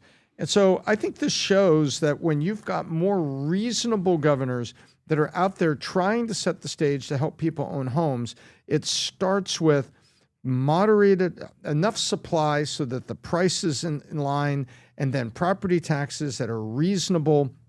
And then both of those things kind of contribute to insurance being more reasonable. This basically takes it away from being just a verbal headline to being a fact-based, allegation here where the evidence backs it up. It is more expensive in a blue state to own a home, and fewer people that chart can right do there it. shows it. All the blue to the left, all the red to the right. And by the way, as I'm going closer to this list, here's what I noticed. The lowest is New York, then it's Massachusetts, then it's Rhode Island, then Hawaii, California, Nevada, Connecticut, Alaska, Jersey, Oregon, Massachusetts. Now, if you go to highest, which is around 81%, West Virginia is the highest, then Mississippi, Delaware, Vermont is blue-ish, Maine, New Hampshire, Idaho, Michigan, Pennsylvania, Minnesota. By the way, Florida ranks as 15th state for highest home ownership, 69.45%. West Virginia is 80%. New York is 50%, 51% when you look at that list. So Florida is still on that list for lifestyle over some of the other states. Jeff, your thoughts on this? Yeah, I mean, the reason why West Virginia is at the top is because of, the value of houses is much lower there, which is good and bad. But New York, again, it reinforces the reason why we have Mandami now as mayor of New York City, because for most people, they believe that home ownership and just the basics of American in life are just out of reach. And they have gotten further and further out of reach. Now, you can have an argument about why that is and how to fix it.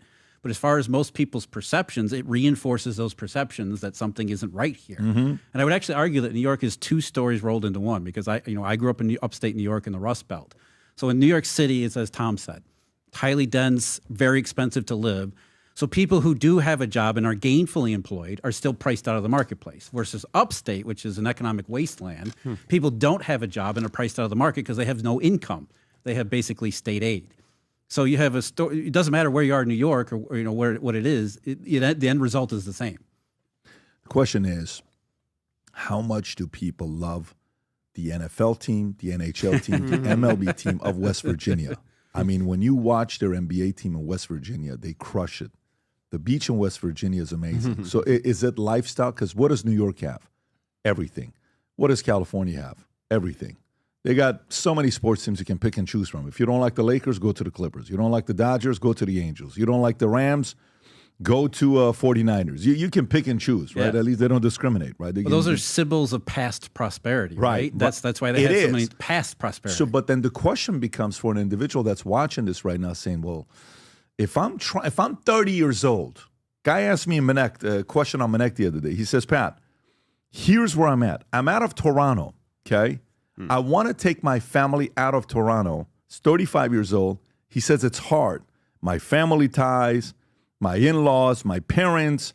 How do you overcome this challenge? My wife doesn't want to move, but I know the right thing to do is to leave because that's better for me long term. What do I do?" So it's going to be hard. But I think people are starting to ask the question of, where should I spend my lifetime raising my family, raising my kids in a safe place? I can keep the taxes. I can save more money. Cost of living is going to be better. People are asking those types of questions. Brandon, what are your thoughts on this? Yeah, I mean, since the time I turned 25 or 26, around when COVID happened, I was like dead sad on getting either to Texas or Florida, and I started in Texas, ended up here. But Where'd you go to in Texas? What part? Fort Worth. Lived there for a year. Really? How was that? I loved it. Really? Yeah, beautiful place. Yeah, it is. I like Florida more, but yeah, no, Texas and Florida both awesome. Did you go to that Federal Reserve building in Fort Worth at the currencies? Did you see that tower or not? No, I didn't go there. I thought for sure you would have gone there, try to steal a machine. I'll circle back. Printing machine. But yeah, no, I mean, New York's a disaster because I think that a lot of these places like that have wealth concentrated where there's a big tax base, you get these nasty swamp creatures who end up running for politics there. And there's decades and years of them, potentially maybe embezzling money or misallocating money, like where billions of dollars go disappearing. You just get the wrong type of people in the positions of power, and then it's just layers and layers and layers of bad policies. Like it takes too long to get building permits in New York.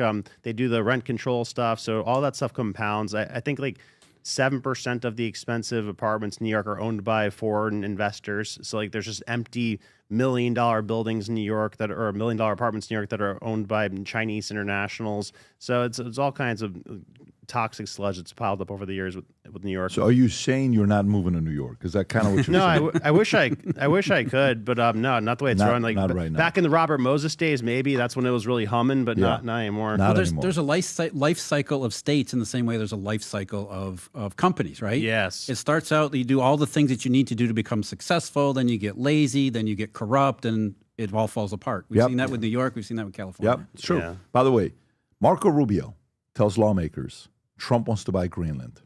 Okay. Now the question is, you can't find it on sale on Realtor, Zillow, all these other sites. We were talking about it earlier, but apparently they want to make an offer. What does that mean? Rubio, out of nowhere, makes that announcement, and people are reacting to it, buying up Greenland. Secretary of State Marco Rubio told lawmakers Trump wants to buy Greenland rather than invade it. While Mr. Trump has asked aides to give him an update on the plan for acquiring the territory, U.S. officials said on Tuesday. Rob, is this a clip of Rubio or? No, this is President Trump talking about the necessity of acquiring Greenland. Go for it. I will say this about Greenland. We need Greenland from a national security situation. It's so strategic. Right now, Greenland is covered with Russian and Chinese ships all over the place. We need Greenland from the standpoint of national security. Cold War II. And Denmark is not going to be able to do it, I can tell you. You know what Denmark did recently to boost up security in Greenland? They added one more dog sled. It's true. Because that was a great move. What would the justification be for Oh, I don't want to talk about Greenland now. Oh, no. just say I don't this. want to talk about We Greenland need now. Greenland After the from dog standpoint sled. of national security. Oh, my God. And the European Union needs us to have it, and they know that. That's amazing. Listen to that last line. The EU knows that it is strategic. They know that there's a gateway up there where Russian naval forces come through. They also know that that Nuuk could be a base of operations for a fast response to the Northern Atlantic. And what you just heard there, that is the story behind the story. They'll have you believe that it's all rare earth minerals. Well, there's a lot of rare earth stuff that's very valuable in Greenland that would help the West. All of the West, by the way, not just the USA. But he's saying there needs to be more security. Greenland is a strategic location, and the Dutch aren't going to get it done, and the EU knows it. So the EU may be posturing publicly, but privately they know that if Russia gets more out of hand following the resolution of Ukraine, which we hope is in a short time, is that this is important. And you just heard it there at the very, very end of it. By the way, 54,000 population? Yeah. 54,000? So how's the nightlife? Is it like it's got a good party time? Or? No, I think that's it. I think it's 54,000. I think it's just the same population as Boca Raton, Florida. 54,000. By the way, think while you this is check going me on that?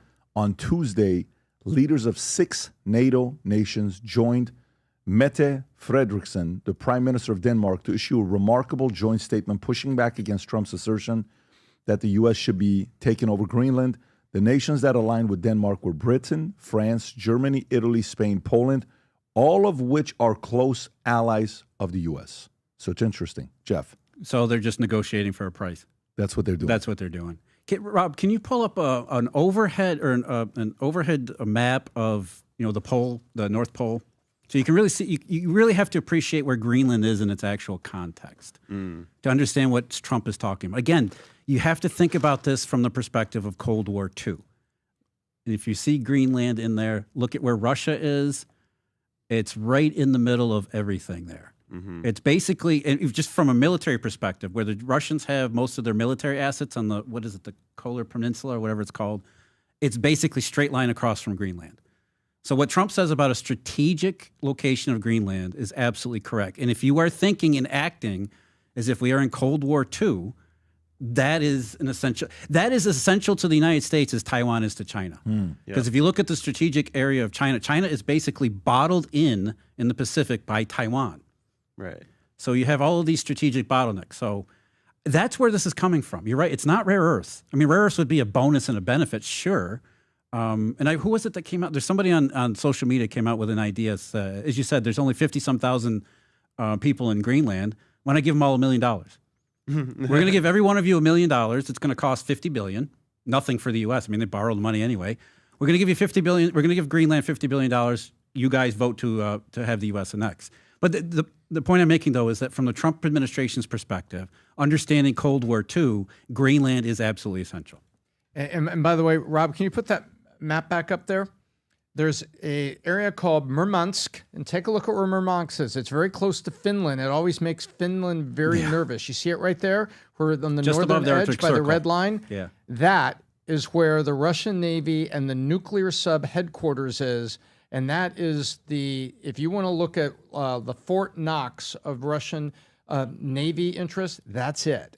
And so Greenland gives you an opportunity to monitor in the Northern Atlantic, and Russia knows it, and they don't want it. By the way, Boca Raton, Florida has 104,000 people. Greenland has 56,000. So I said it was about the same, probably. But if Boca Raton had a war with Greenland, Boca would probably have to give up 7.5 points. So it's so Greenland's going to be like Ukraine, pretty much, at the very least at first. What is more likely to happen? Us getting Panama Canal, us getting Greenland. I mean, what else would be on that list? I think the canal is not a done deal, but I think there is an absolute path to do it. This year, is this impossible or is this possible? I think step one, like we're going to put assets in Greenland that make it like a satellite at the very least. Like that's not a hard sell. I think the harder thing to do is the Panama Canal, because we probably have to use force to do that if we don't do it the civil way through BlackRock. Yeah, I think they're just like negotiating on price with Greenland. It's this is what it is. I mean, that's what Trump does. He's negotiating through the public and through private means, and they're just trying to come up with a fair price that actually works for everybody. But this is the Prime Minister of Denmark? Yes. And she Good for her. responds. What'd she say? Oh boy.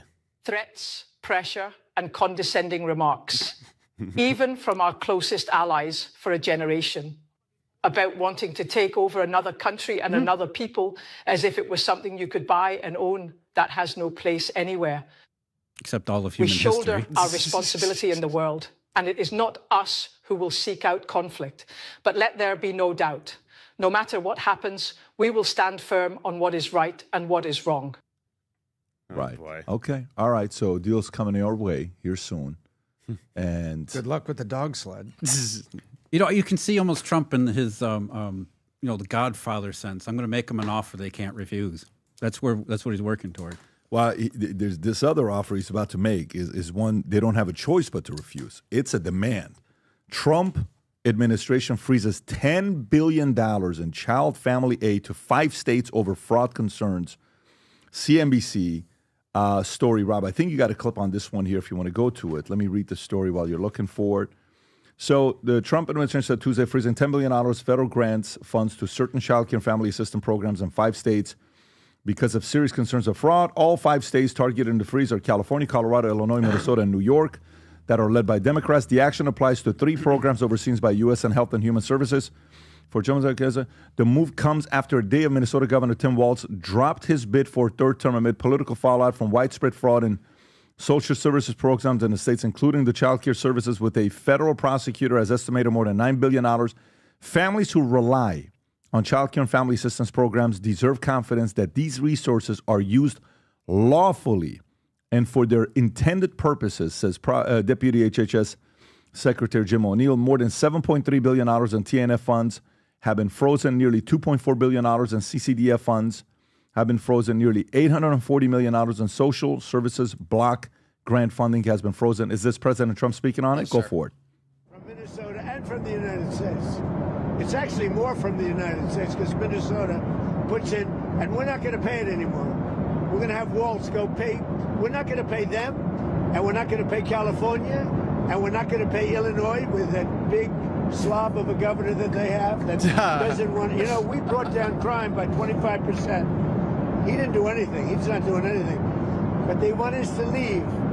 He had a day where they had 17 murders not too long ago. 17 murders and 77 people shot. But 17 died. And then he talks about, we can handle it. He can't handle it. But we pull back and we'll go in at the appropriate time. But we're the ones that brought the crime down. We brought it down 20%. They didn't bring it down. Pritzker didn't bring it down. Same thing with Gavin Newsom. By the way, while this is going on, I'll come to you guys.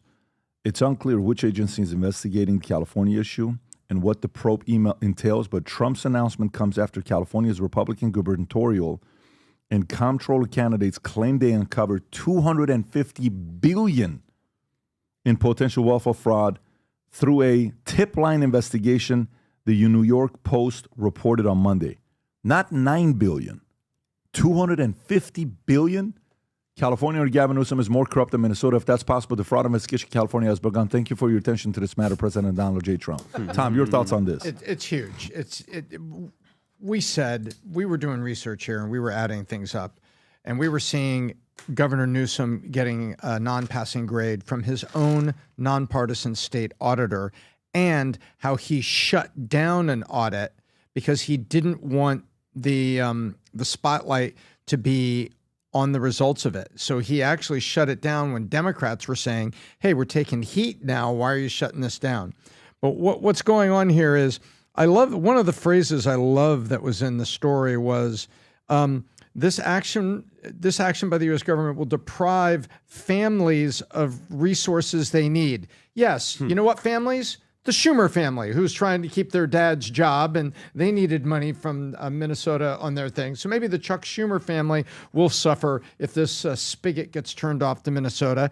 Maybe the Ilhan Omar family will suffer as the backdoor skimming that they're allegedly doing gets stopped. So I always love it when they all talk about that there's all these poor families are suddenly going to get something.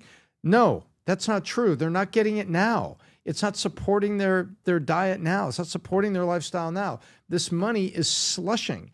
The FBI watched a large restaurant that claimed that it was feeding a bunch of school children. They watched the thing for weeks for how many people came out. And they put cameras up, all around the place to basically say, here's a perfectly good example. It was getting millions of dollars and not there. So what the federal government is doing here is exactly what the taxpayer wants, Pat. The taxpayer wants, stop using my money for this crap. Stop it.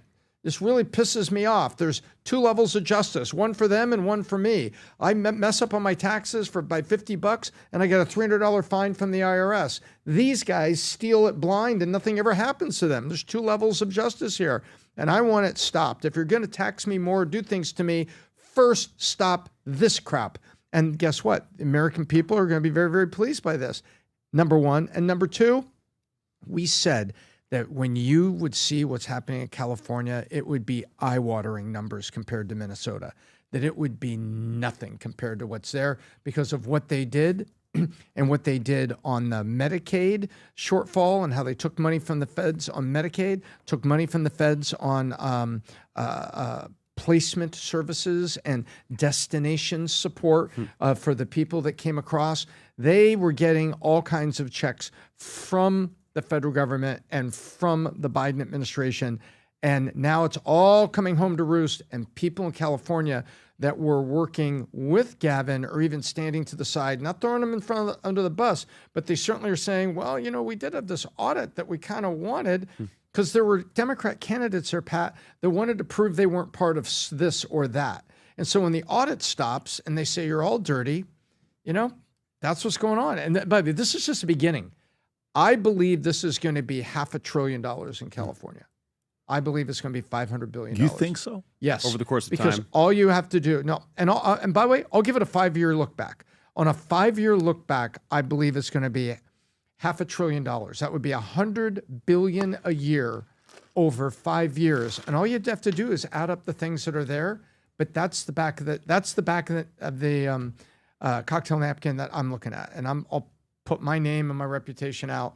This is going to be $500 billion over 5 past years, which is why Gavin Newsom stopped the audit and why these things were happening the way they are. California is the motherlode compared to Minnesota, and the bagman Tim Walsh that helped allegedly bring all those dollars to the Kamala Harris campaign at a time where she didn't have full support from the DNC and its treasure test. Jeff, where are you at with this? I have 3 things here. One, along what Tom's saying, and I think you're right, Tom, but would anybody be surprised? I think nobody would be. If they found $500 billion in fraud, nobody would be shocked by that. That's the first thing. Second thing is, I think I speak for most people, arrests or it didn't happen. People are tired of just talking about it and saying we're going to investigate. Start putting people in jail. Let's have some accountability. Let's stop talking about it and investigating. Let's bring some cases forward. Some big ones. We don't want to just know about the individual daycare center operator. Who was actually behind them? Who are the politicians who are getting the backdoor benefits? Because we know this is a machine. I help you get government money. You kick back some of that money to me when it's time for a campaign. We know how this works. This is we've gone through this throughout history. The Democratic machine in New York, Tammany Hall. It's exactly how it worked. So most people want to see, this is great where you're starting to uncover this. We all knew it was kind of taking place to begin with, but start freaking arresting people. Start putting them in jail. Start having some convictions here. We're tired of talking about it. Let's see some real action. And the third thing is, getting back to a major point, which is, why did all this fraud really explode in the 2020s? This is an aftershock or an after effect of COVID. Government size ballooned, and government employees, government people, government politicians, their eyes got huge. They had money flowing in every single way that they possibly could. So, of course, the first thing they thought about is how can we steal our part of it? So The bigger the government gets, the more you should expect this kind of thing to take place. When the government completely exploded in 2020 and 2021, this is the necessary byproduct from it. Nobody's surprised by it. So the only way to correct it is to hold people accountable for having done it. And that was the other kind of wink and nod behind all of that, was that we're never going to do. You guys can steal all you want. We'll never hold you accountable. We're never going to tell anybody this is a gravy train forever. So in order for this to stop, we need to actually have some kind of accountability. Well, I mean, Newsom is number one right now on Kalshi, if you look at it right there. And there's no bumps. It's just going up and up and up. It's amazing. Well, that's the other side of this, right? Is 35%. If you're a Democrat, you've been told your entire modern life that Trump is Hitler. So if Trump is Hitler and Gavin Newsom's the guy who's saying, I'm going to take on Hitler, you won't care what Gavin Newsom does. You'll let him get away with stealing and fraud and everything else because he's the guy who's taking on Hitler. That's what it is? That was Democrats invented that cover so that they would be able to do this. If I demonize Trump as Hitler, then Democrats will vote for me no matter what I actually do. And Republicans do it too, to a lesser extent. But if I'm the guy who's going after Trump, the people you hear criticizing Trump the most, calling him Hitler, are probably the dirtiest ones out there because they know they have the votes back. All they have to do. That makes sense. Rob, is midterm still the same? Is it still 73, 74% on Kalshi for midterms? I'm actually curious to know what Kalshi has for midterms, 2026 midterms. Has anything changed at all? No, it just went higher. Jeez. Wow. Okay. It went higher. So 77% is Democrats. Republicans keep going lower and lower and lower chance of winning. That's the economy. That's the economy. Brandon, thoughts? Yeah, I mean, I think the only place that's more of a black hole for money that disappears, we have no idea where it goes, is Ukraine above California. But it's pretty close. That's a good analogy, really. That's how I've always thought California. I hate wasted potential so much. It's one of the saddest things out there. And I've always been baffled why, our own federal government seems to be at a deficit for money every year where they have to borrow more money. Why the biggest states in the country are always out of money before the end of the year and have to ask the federal government for more money. And then there's such a lack of results for it. Like there's incomplete highway projects in California and New York. There's homeless people. There's inadequate shelters for the homeless people. There's inadequate health care, et cetera, et cetera. So, I mean, I think it's the most interesting thing ever to see the full picture of the fraud and if it's all connected. I wonder if it's possible to create some sort of AI that creates a web of how these things all attach together. Because it was disappointing how Doge kind of got quiet after they started getting too close to the dangerous things with Social Security and everything like that. It's because it's the biggest money pot in the entirety of human history. If you think about it, the U.S. federal budget, where all that money goes, how much of it actually goes where it's supposed to go. I think we have no comprehension of how much money actually gets wasted and gets shimmied off into the pockets of people who are in on it. Yeah. I mean, Tom, your breakdown of saying California could end up being $500 billion by the end of the day, and then you saying I want to see some accountability as your second point, people got to get arrested. Trump's doing a couple things here. You know who he is helping out? He's kind of helping out JD and Rubio. I mean, he's managing 25 projects, and one by one, here, we're going to take care of Newsom this way. We're going to take care of China this way. We're going to do this way. We're going to do Greenland. We're going to do resources this way. We're going to do Panama Canal this way. And meanwhile, celebrating New Year's at Mar-a-Lago. And meanwhile, having parties, events, doing what he's doing. Got to respect the fact on how he's working. He's at this point managing more projects in 1 year as a president than 2, 3, 4 presidents have done combined. If you actually think about the amount of stuff that he's doing. Yeah. You take one president, and in 2 terms, if they would have gone Greenland, that's a massive accomplishment, right? You understand what I'm saying? You take one. If I was to ask you right now, what's Bill Clinton's biggest accomplishment aside from having a lot of interns that work on? What's one of his biggest accomplishments? I don't think we can go there. He came closer than any president since to actually balancing the federal budget. I agree. Yes. Him and Newt Gingrich. So that's his big. I agree. And I think there was a part of Clinton that really believed that you needed that stability because Clinton was not a Bernie. Clinton was a Democrat moderate. What would you say about Bush? Not the father, the son. The son? I thought biggest accomplishment. He responded to 9/11 But he spent a lot of money in a war that turns out did not turn up weapons of mass destruction, number one. And number two, he actually presided over an expansion of government that was kind of reckless. I think my history on George W. Bush is that he was, not as tight as he needed to be, and government size. What's his victory, Tom? Victory. That's all I want to know. What's his victory? I don't have a pure victory. That's my point. Yeah. So now watch this, Tom. Stay with me Or here. a signature legislation. Go to senior. Oh, the fall of the Soviet Union. He oversaw it. Oversaw it. But I it's think not it was him. the Gulf War. Right? Go to Reagan. Oh, Reagan tear down that reversed wall. it. He triggered through his tax and economic policies, and David Stockman, one of the biggest economic expansions, including job growth, job creation, and wealth creation for the American middle class. The Reagan Revolution was true. The Reagan economy was So real. that's one end. Hey, Mr. Gorbachev, tear down this wall. right? Exactly. So that's probably going to be the bigger one that the people are going to know. Economy people, you're probably going to think about what you said. Okay, go to Kennedy. Go to Carter.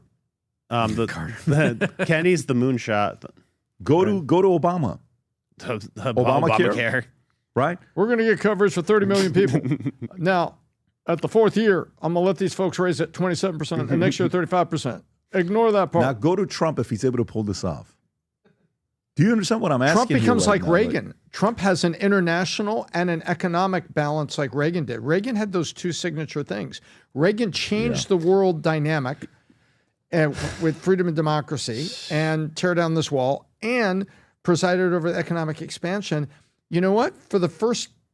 Trump could be known for both. He's being as disruptive as JFK was. Like JFK was trying to mess with the Federal Reserve and mess with the CIA and everything. Like he's poking around, and the reason I like what he's doing, he'll like mention it, then forget about it for a while, and then just do a shock and awe strike. And JFK created the Peace Corps. So again, what I'm saying is he's got a lot of stuff that's going on. If he's able to succeed on all of these, this is a monumental presidency. Yeah, monumental presidency. A case study that you'll look back and say, yeah, everyone's going to be compared to this. Yeah, can you imagine like the next guy's being a president? If he does one press conference every 6 months, like, dude, what happened? Like every day we're talking to this guy. Is that why on the plane. J.D. Vance has kind of gotten quiet? He doesn't want to follow that act. But I think let Rubio do it. But I think Rubio will. Go ahead, Tom. If I could add one thing. Sure. Remember, we're also going to need to give Trump credit for what he prevented. It's not just what he did for policy and economy, but it's what he prevented from happening. Because had Kamala Harris been elected. If Kamala Harris got elected, Tom, it is a very different world we're living in today. Anyways, let's go to the last story here. Iran. Iran on the brink as protesters move to take two cities, appeal to Trump. Rob, if you want to go to that story first. Iranians are now changing street signs and putting Trump on there, folks. Iranians are asking for help from America. You'll see where I'm going with this. Iranians are asking for help from America and Trump. Iranians who live in Iran, who have Iranian license plates, like that one right there. Do you see the license plate on the back? That's an Iranian license plate. Play this clip here, Rob, if you could. Well, watch what they're doing. Okay. All right. Trump. T-R-A-M-P. That's how you spell Trump in Farsi. Is it like way President or Trump avenue? way. Yeah, zoom in a little bit to see is it way or avenue, what that says. It's street. Okay, street. There Because you in go. Germany, they say Strasse, right? Strasse, yeah. Like Trumpstrasse. So they're doing that. And then in the interim, Rob, if you got it, there's a bunch of different videos to go to. I don't know which one we want to go with. Watch this here. Watch this here. Is this the two cities, Rob? This is Tehran, and then I also have another one. This is Tehran. I like the way you say it, Rob, like you've been there 20 times. I can't wait for you to say when we're doing a podcast on Tehran. Rob's going to call his wife, babe, we just finished the podcast in Tehran. Look at that. They're not letting up. Khamenei is not in a good place right now, whatsoever. Khamenei is not on a place where, you know, his people are not letting up. This is just Tehran, Iran. Is that a fire there, like on a shop or something? Yeah, all the way in the back, if you look closely. But Rob, the two cities, so we're on page 8. Oh, page 8. I keep looking at page 6. I'm like, where is this thing? So let me go to page 8. Trump, Iran on the brink. Okay, here we go. Iranian protesters issued a direct appeal to help from Donald Trump on Tuesday. Again, Iranian people appeal for help from Trump. The appeal shared on X showed a woman holding up a sign With words, Trump, a symbol of peace, don't let them kill us. On it, the woman's cry for help amid reports of at least 29 deaths. Apparently, the number right now is 36. Just about 2 hours ago was 36. Could be even higher right now. More than 1,200 arrests, according to human rights activist new agency HRANA. They also report an escalation in force by security units, including the use of pellet guns, tear gas, and direct assaults on demonstrators. The National Council Resistance of Iran also claimed the cities of Abdanan, not Abadan. Abadan is a big city. Abdanan and Melek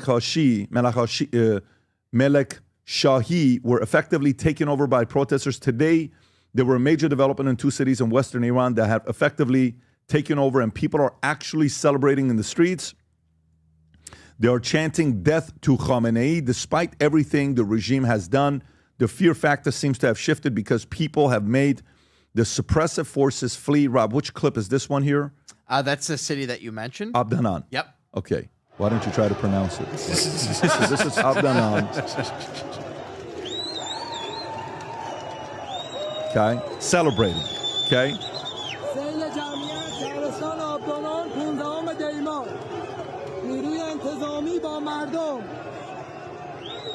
Gotta love it, man.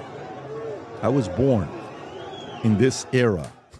The biggest revolution in the history of mankind in Iran. 9 million people, they say, revolted. 4 to 9 million people revolted. The numbers vary. Here's what Trump had to say. Trump said, he came out and said, if you do anything to Iran, I want to see what that page is on, Rob. Trump specifically told Iran, where's that story, Rob? I know it's somewhere here. It could be in the addendum. Let me see in the addendum side. Venezuela, Trumpy.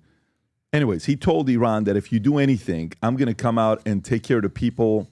Do you see that story? I thought I just saw the story there of Trump. Anyways, well, there it is. So if Iran shots and violently kills peaceful people, which is their custom, okay, this is an older one. But there was another one that he said, page 8. 3? Do you see it? Trump warns Iran he will rescue protesters. That's the one. What page is that 3. on? Page 3, Trump threatens that he will rescue protesters, Financial Times, if anything happens to them, which is the same one that Rob has up here. But then here's what happened. Reza Pahlavi posted a video yesterday. He did 2 things. He did 3 things, actually. He did an interview with Wall Street Journal, okay, where in the interview, he's being asked, do you want intervention? Meaning, do you want America to intervene and to help you? In this interview, this is one of the comments he made that's confused a lot of Iranians. Now, obviously, the people that are that he can't do anything wrong in their eyes, they're not going to protest to this. But the logical, reasonable players who are looking at this saying, wait a minute, you're saying you don't need a single boot of your military on the ground in Iran? Yes, I don't need it. Iranians are saying, Trump, come help us. But you're not saying you don't need anything. No, we don't need any intervention. They're going to be able to do it all by themselves. Okay, no problem. So that's the role he's playing. That's what he thinks the strategy. And then he got back from vacation, I believe from Bahamas, and he posted a video. Rob, which clip is that? This was the protesters in the street begging for Trump to prevent any Can you play that, please? Yep. Go for it. Comac, help.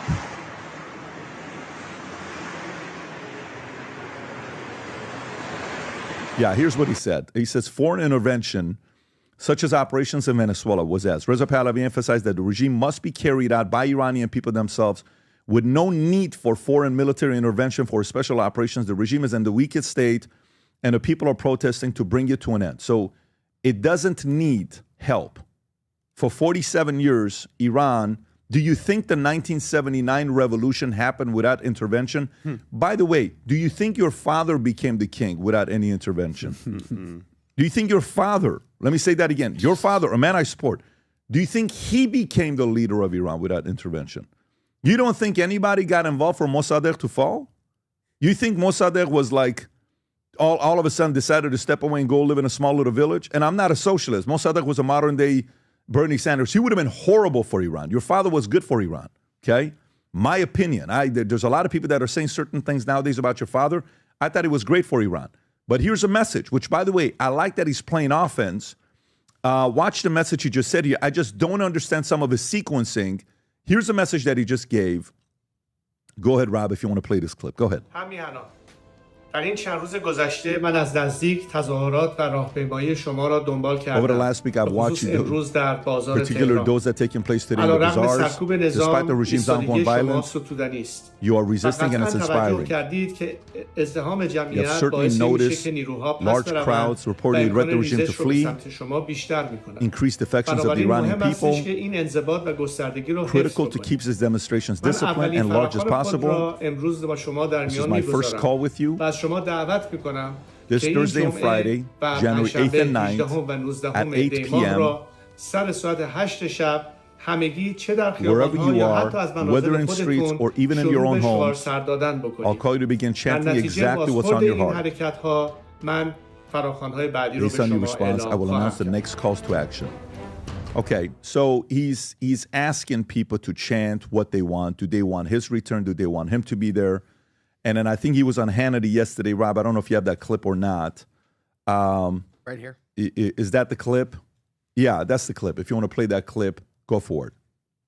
Look, in all these years, I've never seen an opportunity as we see today in Iran. He's right Iranian about this. people This are is the more biggest than ever opportunity committed ever. to bring an end to this regime, as the world has witnessed in the last few days. The level of demonstrations unprecedented in Iran, over 100 cities and millions of people on the street chanting death to the dictator, an end to this regime. And by God, it is about time that Iran gets its opportunity to free itself from a tyrannical regime. Look, so here's what I would say. He's right. This is the closest it's ever been. But I'm going to tell you this, and I'm going to tell you this very clearly. All the comments and stuff that comes at me does nothing to me. I have one priority. I want to see Iran be free. These Iranian people, these young men, young boys, young women that are in the streets protesting, making all the noise with the burden of families that their kids are out there doing what they're doing. No one's going through tougher times than them. But Reza Pahlavi, you better close the deal this time. Because if you don't, you're done. You are done. I will, for the rest of my life, call you the Jeb Bush of your family, which there's nothing wrong with that. He's a very nice man. But he's not George Bush, and he's definitely not George Bush Sr. And it's okay if you're Jeb Bush. You've done what you've done. You do very good interviews. You've done very good things over the years. But I hope you close the deal. I hope all this pressure, I hope the amount of frustration you and your people are getting from me drives the hell out of you to prove a point to say, we're going to go get this done. I hope you do. I hope you drive like hell. I hope you do. I think you're going to back down at the last minute. And I hope I'm wrong. By the way, if I'm wrong, I'll be the first person to come out and say it. I'll be the first person to come out and say it if I'm wrong. I'm not trying to be right or wrong here. I'm trying to see Iran to be free. I don't have anything in this. I don't want nothing from you. I don't need anything. You typically need money from other people. I don't need nothing from you. Nothing. I got so many messages from people that message me, very, very well-known celebrities, very, very well-known names, saying, keep pushing because it's driving him. Don't worry about all the backlash you're getting and all the things that people are saying. You indirectly could become the enemy to drive him to get to work because you're the only one that's saying what millions of Iranians are thinking that have been waiting for 47 years, and he could play a very big role. I don't care what you do. I'm going to be on you like white on rice because to me, you're not my king. My president is Donald J. Trump. And your father was a king I respected that I have his painting in my house. You're not Crown Prince Reza Pahlavi. You're Reza Pahlavi. You're not a crown prince. And this constitutional monarchy that you're trying to push, and now you're changing, flip-flopping. We need intervention. We don't need intervention. Just last year you said Israel should attack Iran. Now you're saying no. So how do you change your intervention philosophy? Stick to your freaking philosophy. What do you believe in? You know what it's almost like, Tom? Here's what it's almost like. Let me tell you what the frustrating part is. It's almost like one day, no, let's do this. And then he talks to 7 people. Oh, okay, you're right. No, let's do this. And then he talks to 5 people. No, let's do this. No, what do you think as the leader is the right? Should they intervene or no? Have you called yet? Have you called the White House? I hope you have. I hope your team has. I hope they want to talk to you. I hope you want to talk to them. By the way, if Trump gives you a call, you are the luckiest man alive because your reputation is on the line. And this is going to be the closest chance you're ever going to get. Ever. ever going to get. It's not going to get closer than this. So if you want to help the Iranian people, so all the reputation and rumors that people would say all you cared about is going to families and raising money, and the fact that you've never had a job in your life, you've never ran a job in your life, your entire life, every day 3 o'clock games, chess and all this other stuff that you have based on the things I'm hearing from everybody, this is your chance.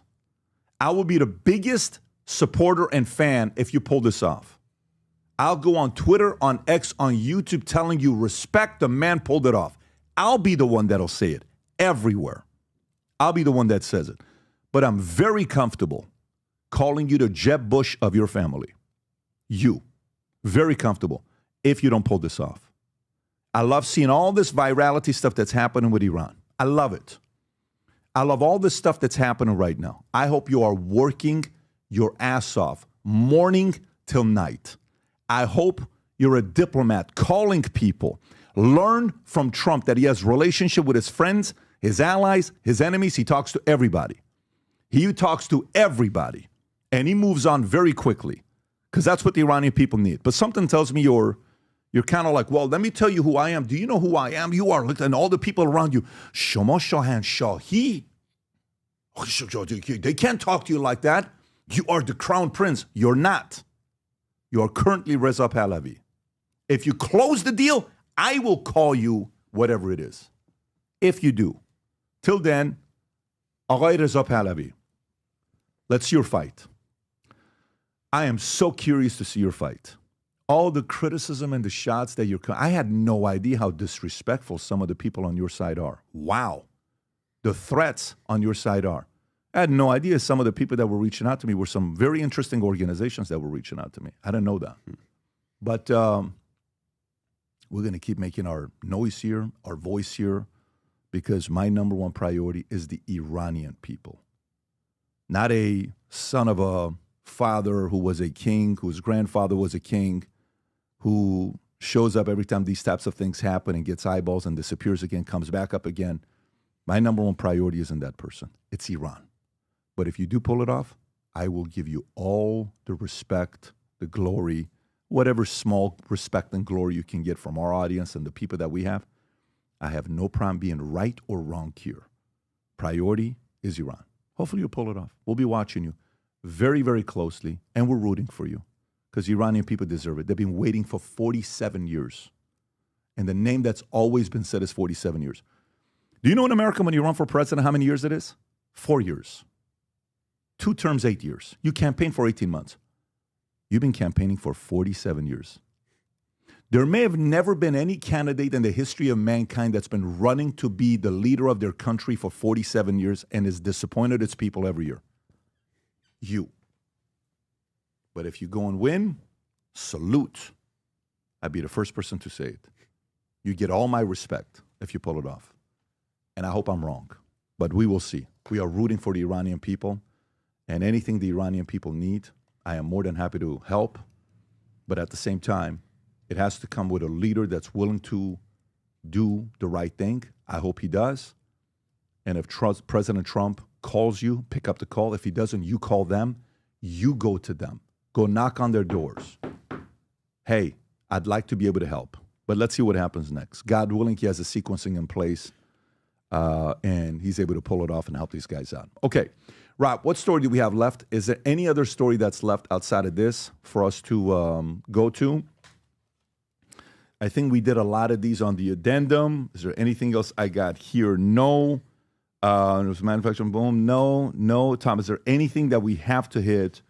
I don't think so. I think everything else has been hit. I think that's a great wrap. The people, to finish up, starting this year, looking at people who just want freedom.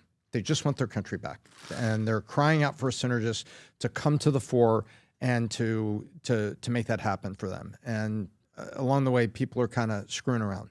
And I'm glad to see, I'm proud of my president saying, these people are speaking, they want their country back, and I'm going to back them up. Don't slaughter these people. I love that by Trump. Yeah, and that's called intervention. That's called intervention. That's called, if you mess with the Iranian people, America's not going to be happy about it. That's called intervention. So either you want that or you don't want that, because obviously Khamenei is not afraid of Reza Pahlavi's threats. You better not mess with my people. Khamenei's like, what the hell are you going to do? While he's picking carpet color What for the hell are you his gonna do? new Yeah. his French chateau where he can go hide, or his Russia is going to give him something so he can hide. He's gone. I mean, it's about to fall. I mean, I'm not saying absolute, but it sure looks like it's about to fall. And it looks like Russia's going to give him a place to stay, and that opens the door for the people to get leadership in a government to have their country. Yeah. Okay, gang, another great podcast. Wednesday, really enjoyed it. And Rob, what's the next one? Home Team Friday Yes, is what sir. we got. We'll be together on Friday. And guys, again, Jeff Snyder, Euro Dollar University. If you like listening to him as much as we do, his insight, go to Euro Dollar University and subscribe to his channel and support his work. Jeff, great to have you on again. Tom Brandon, God bless everybody. We'll do it again on Friday. Take care. Bye-bye. Bye-bye. Bye.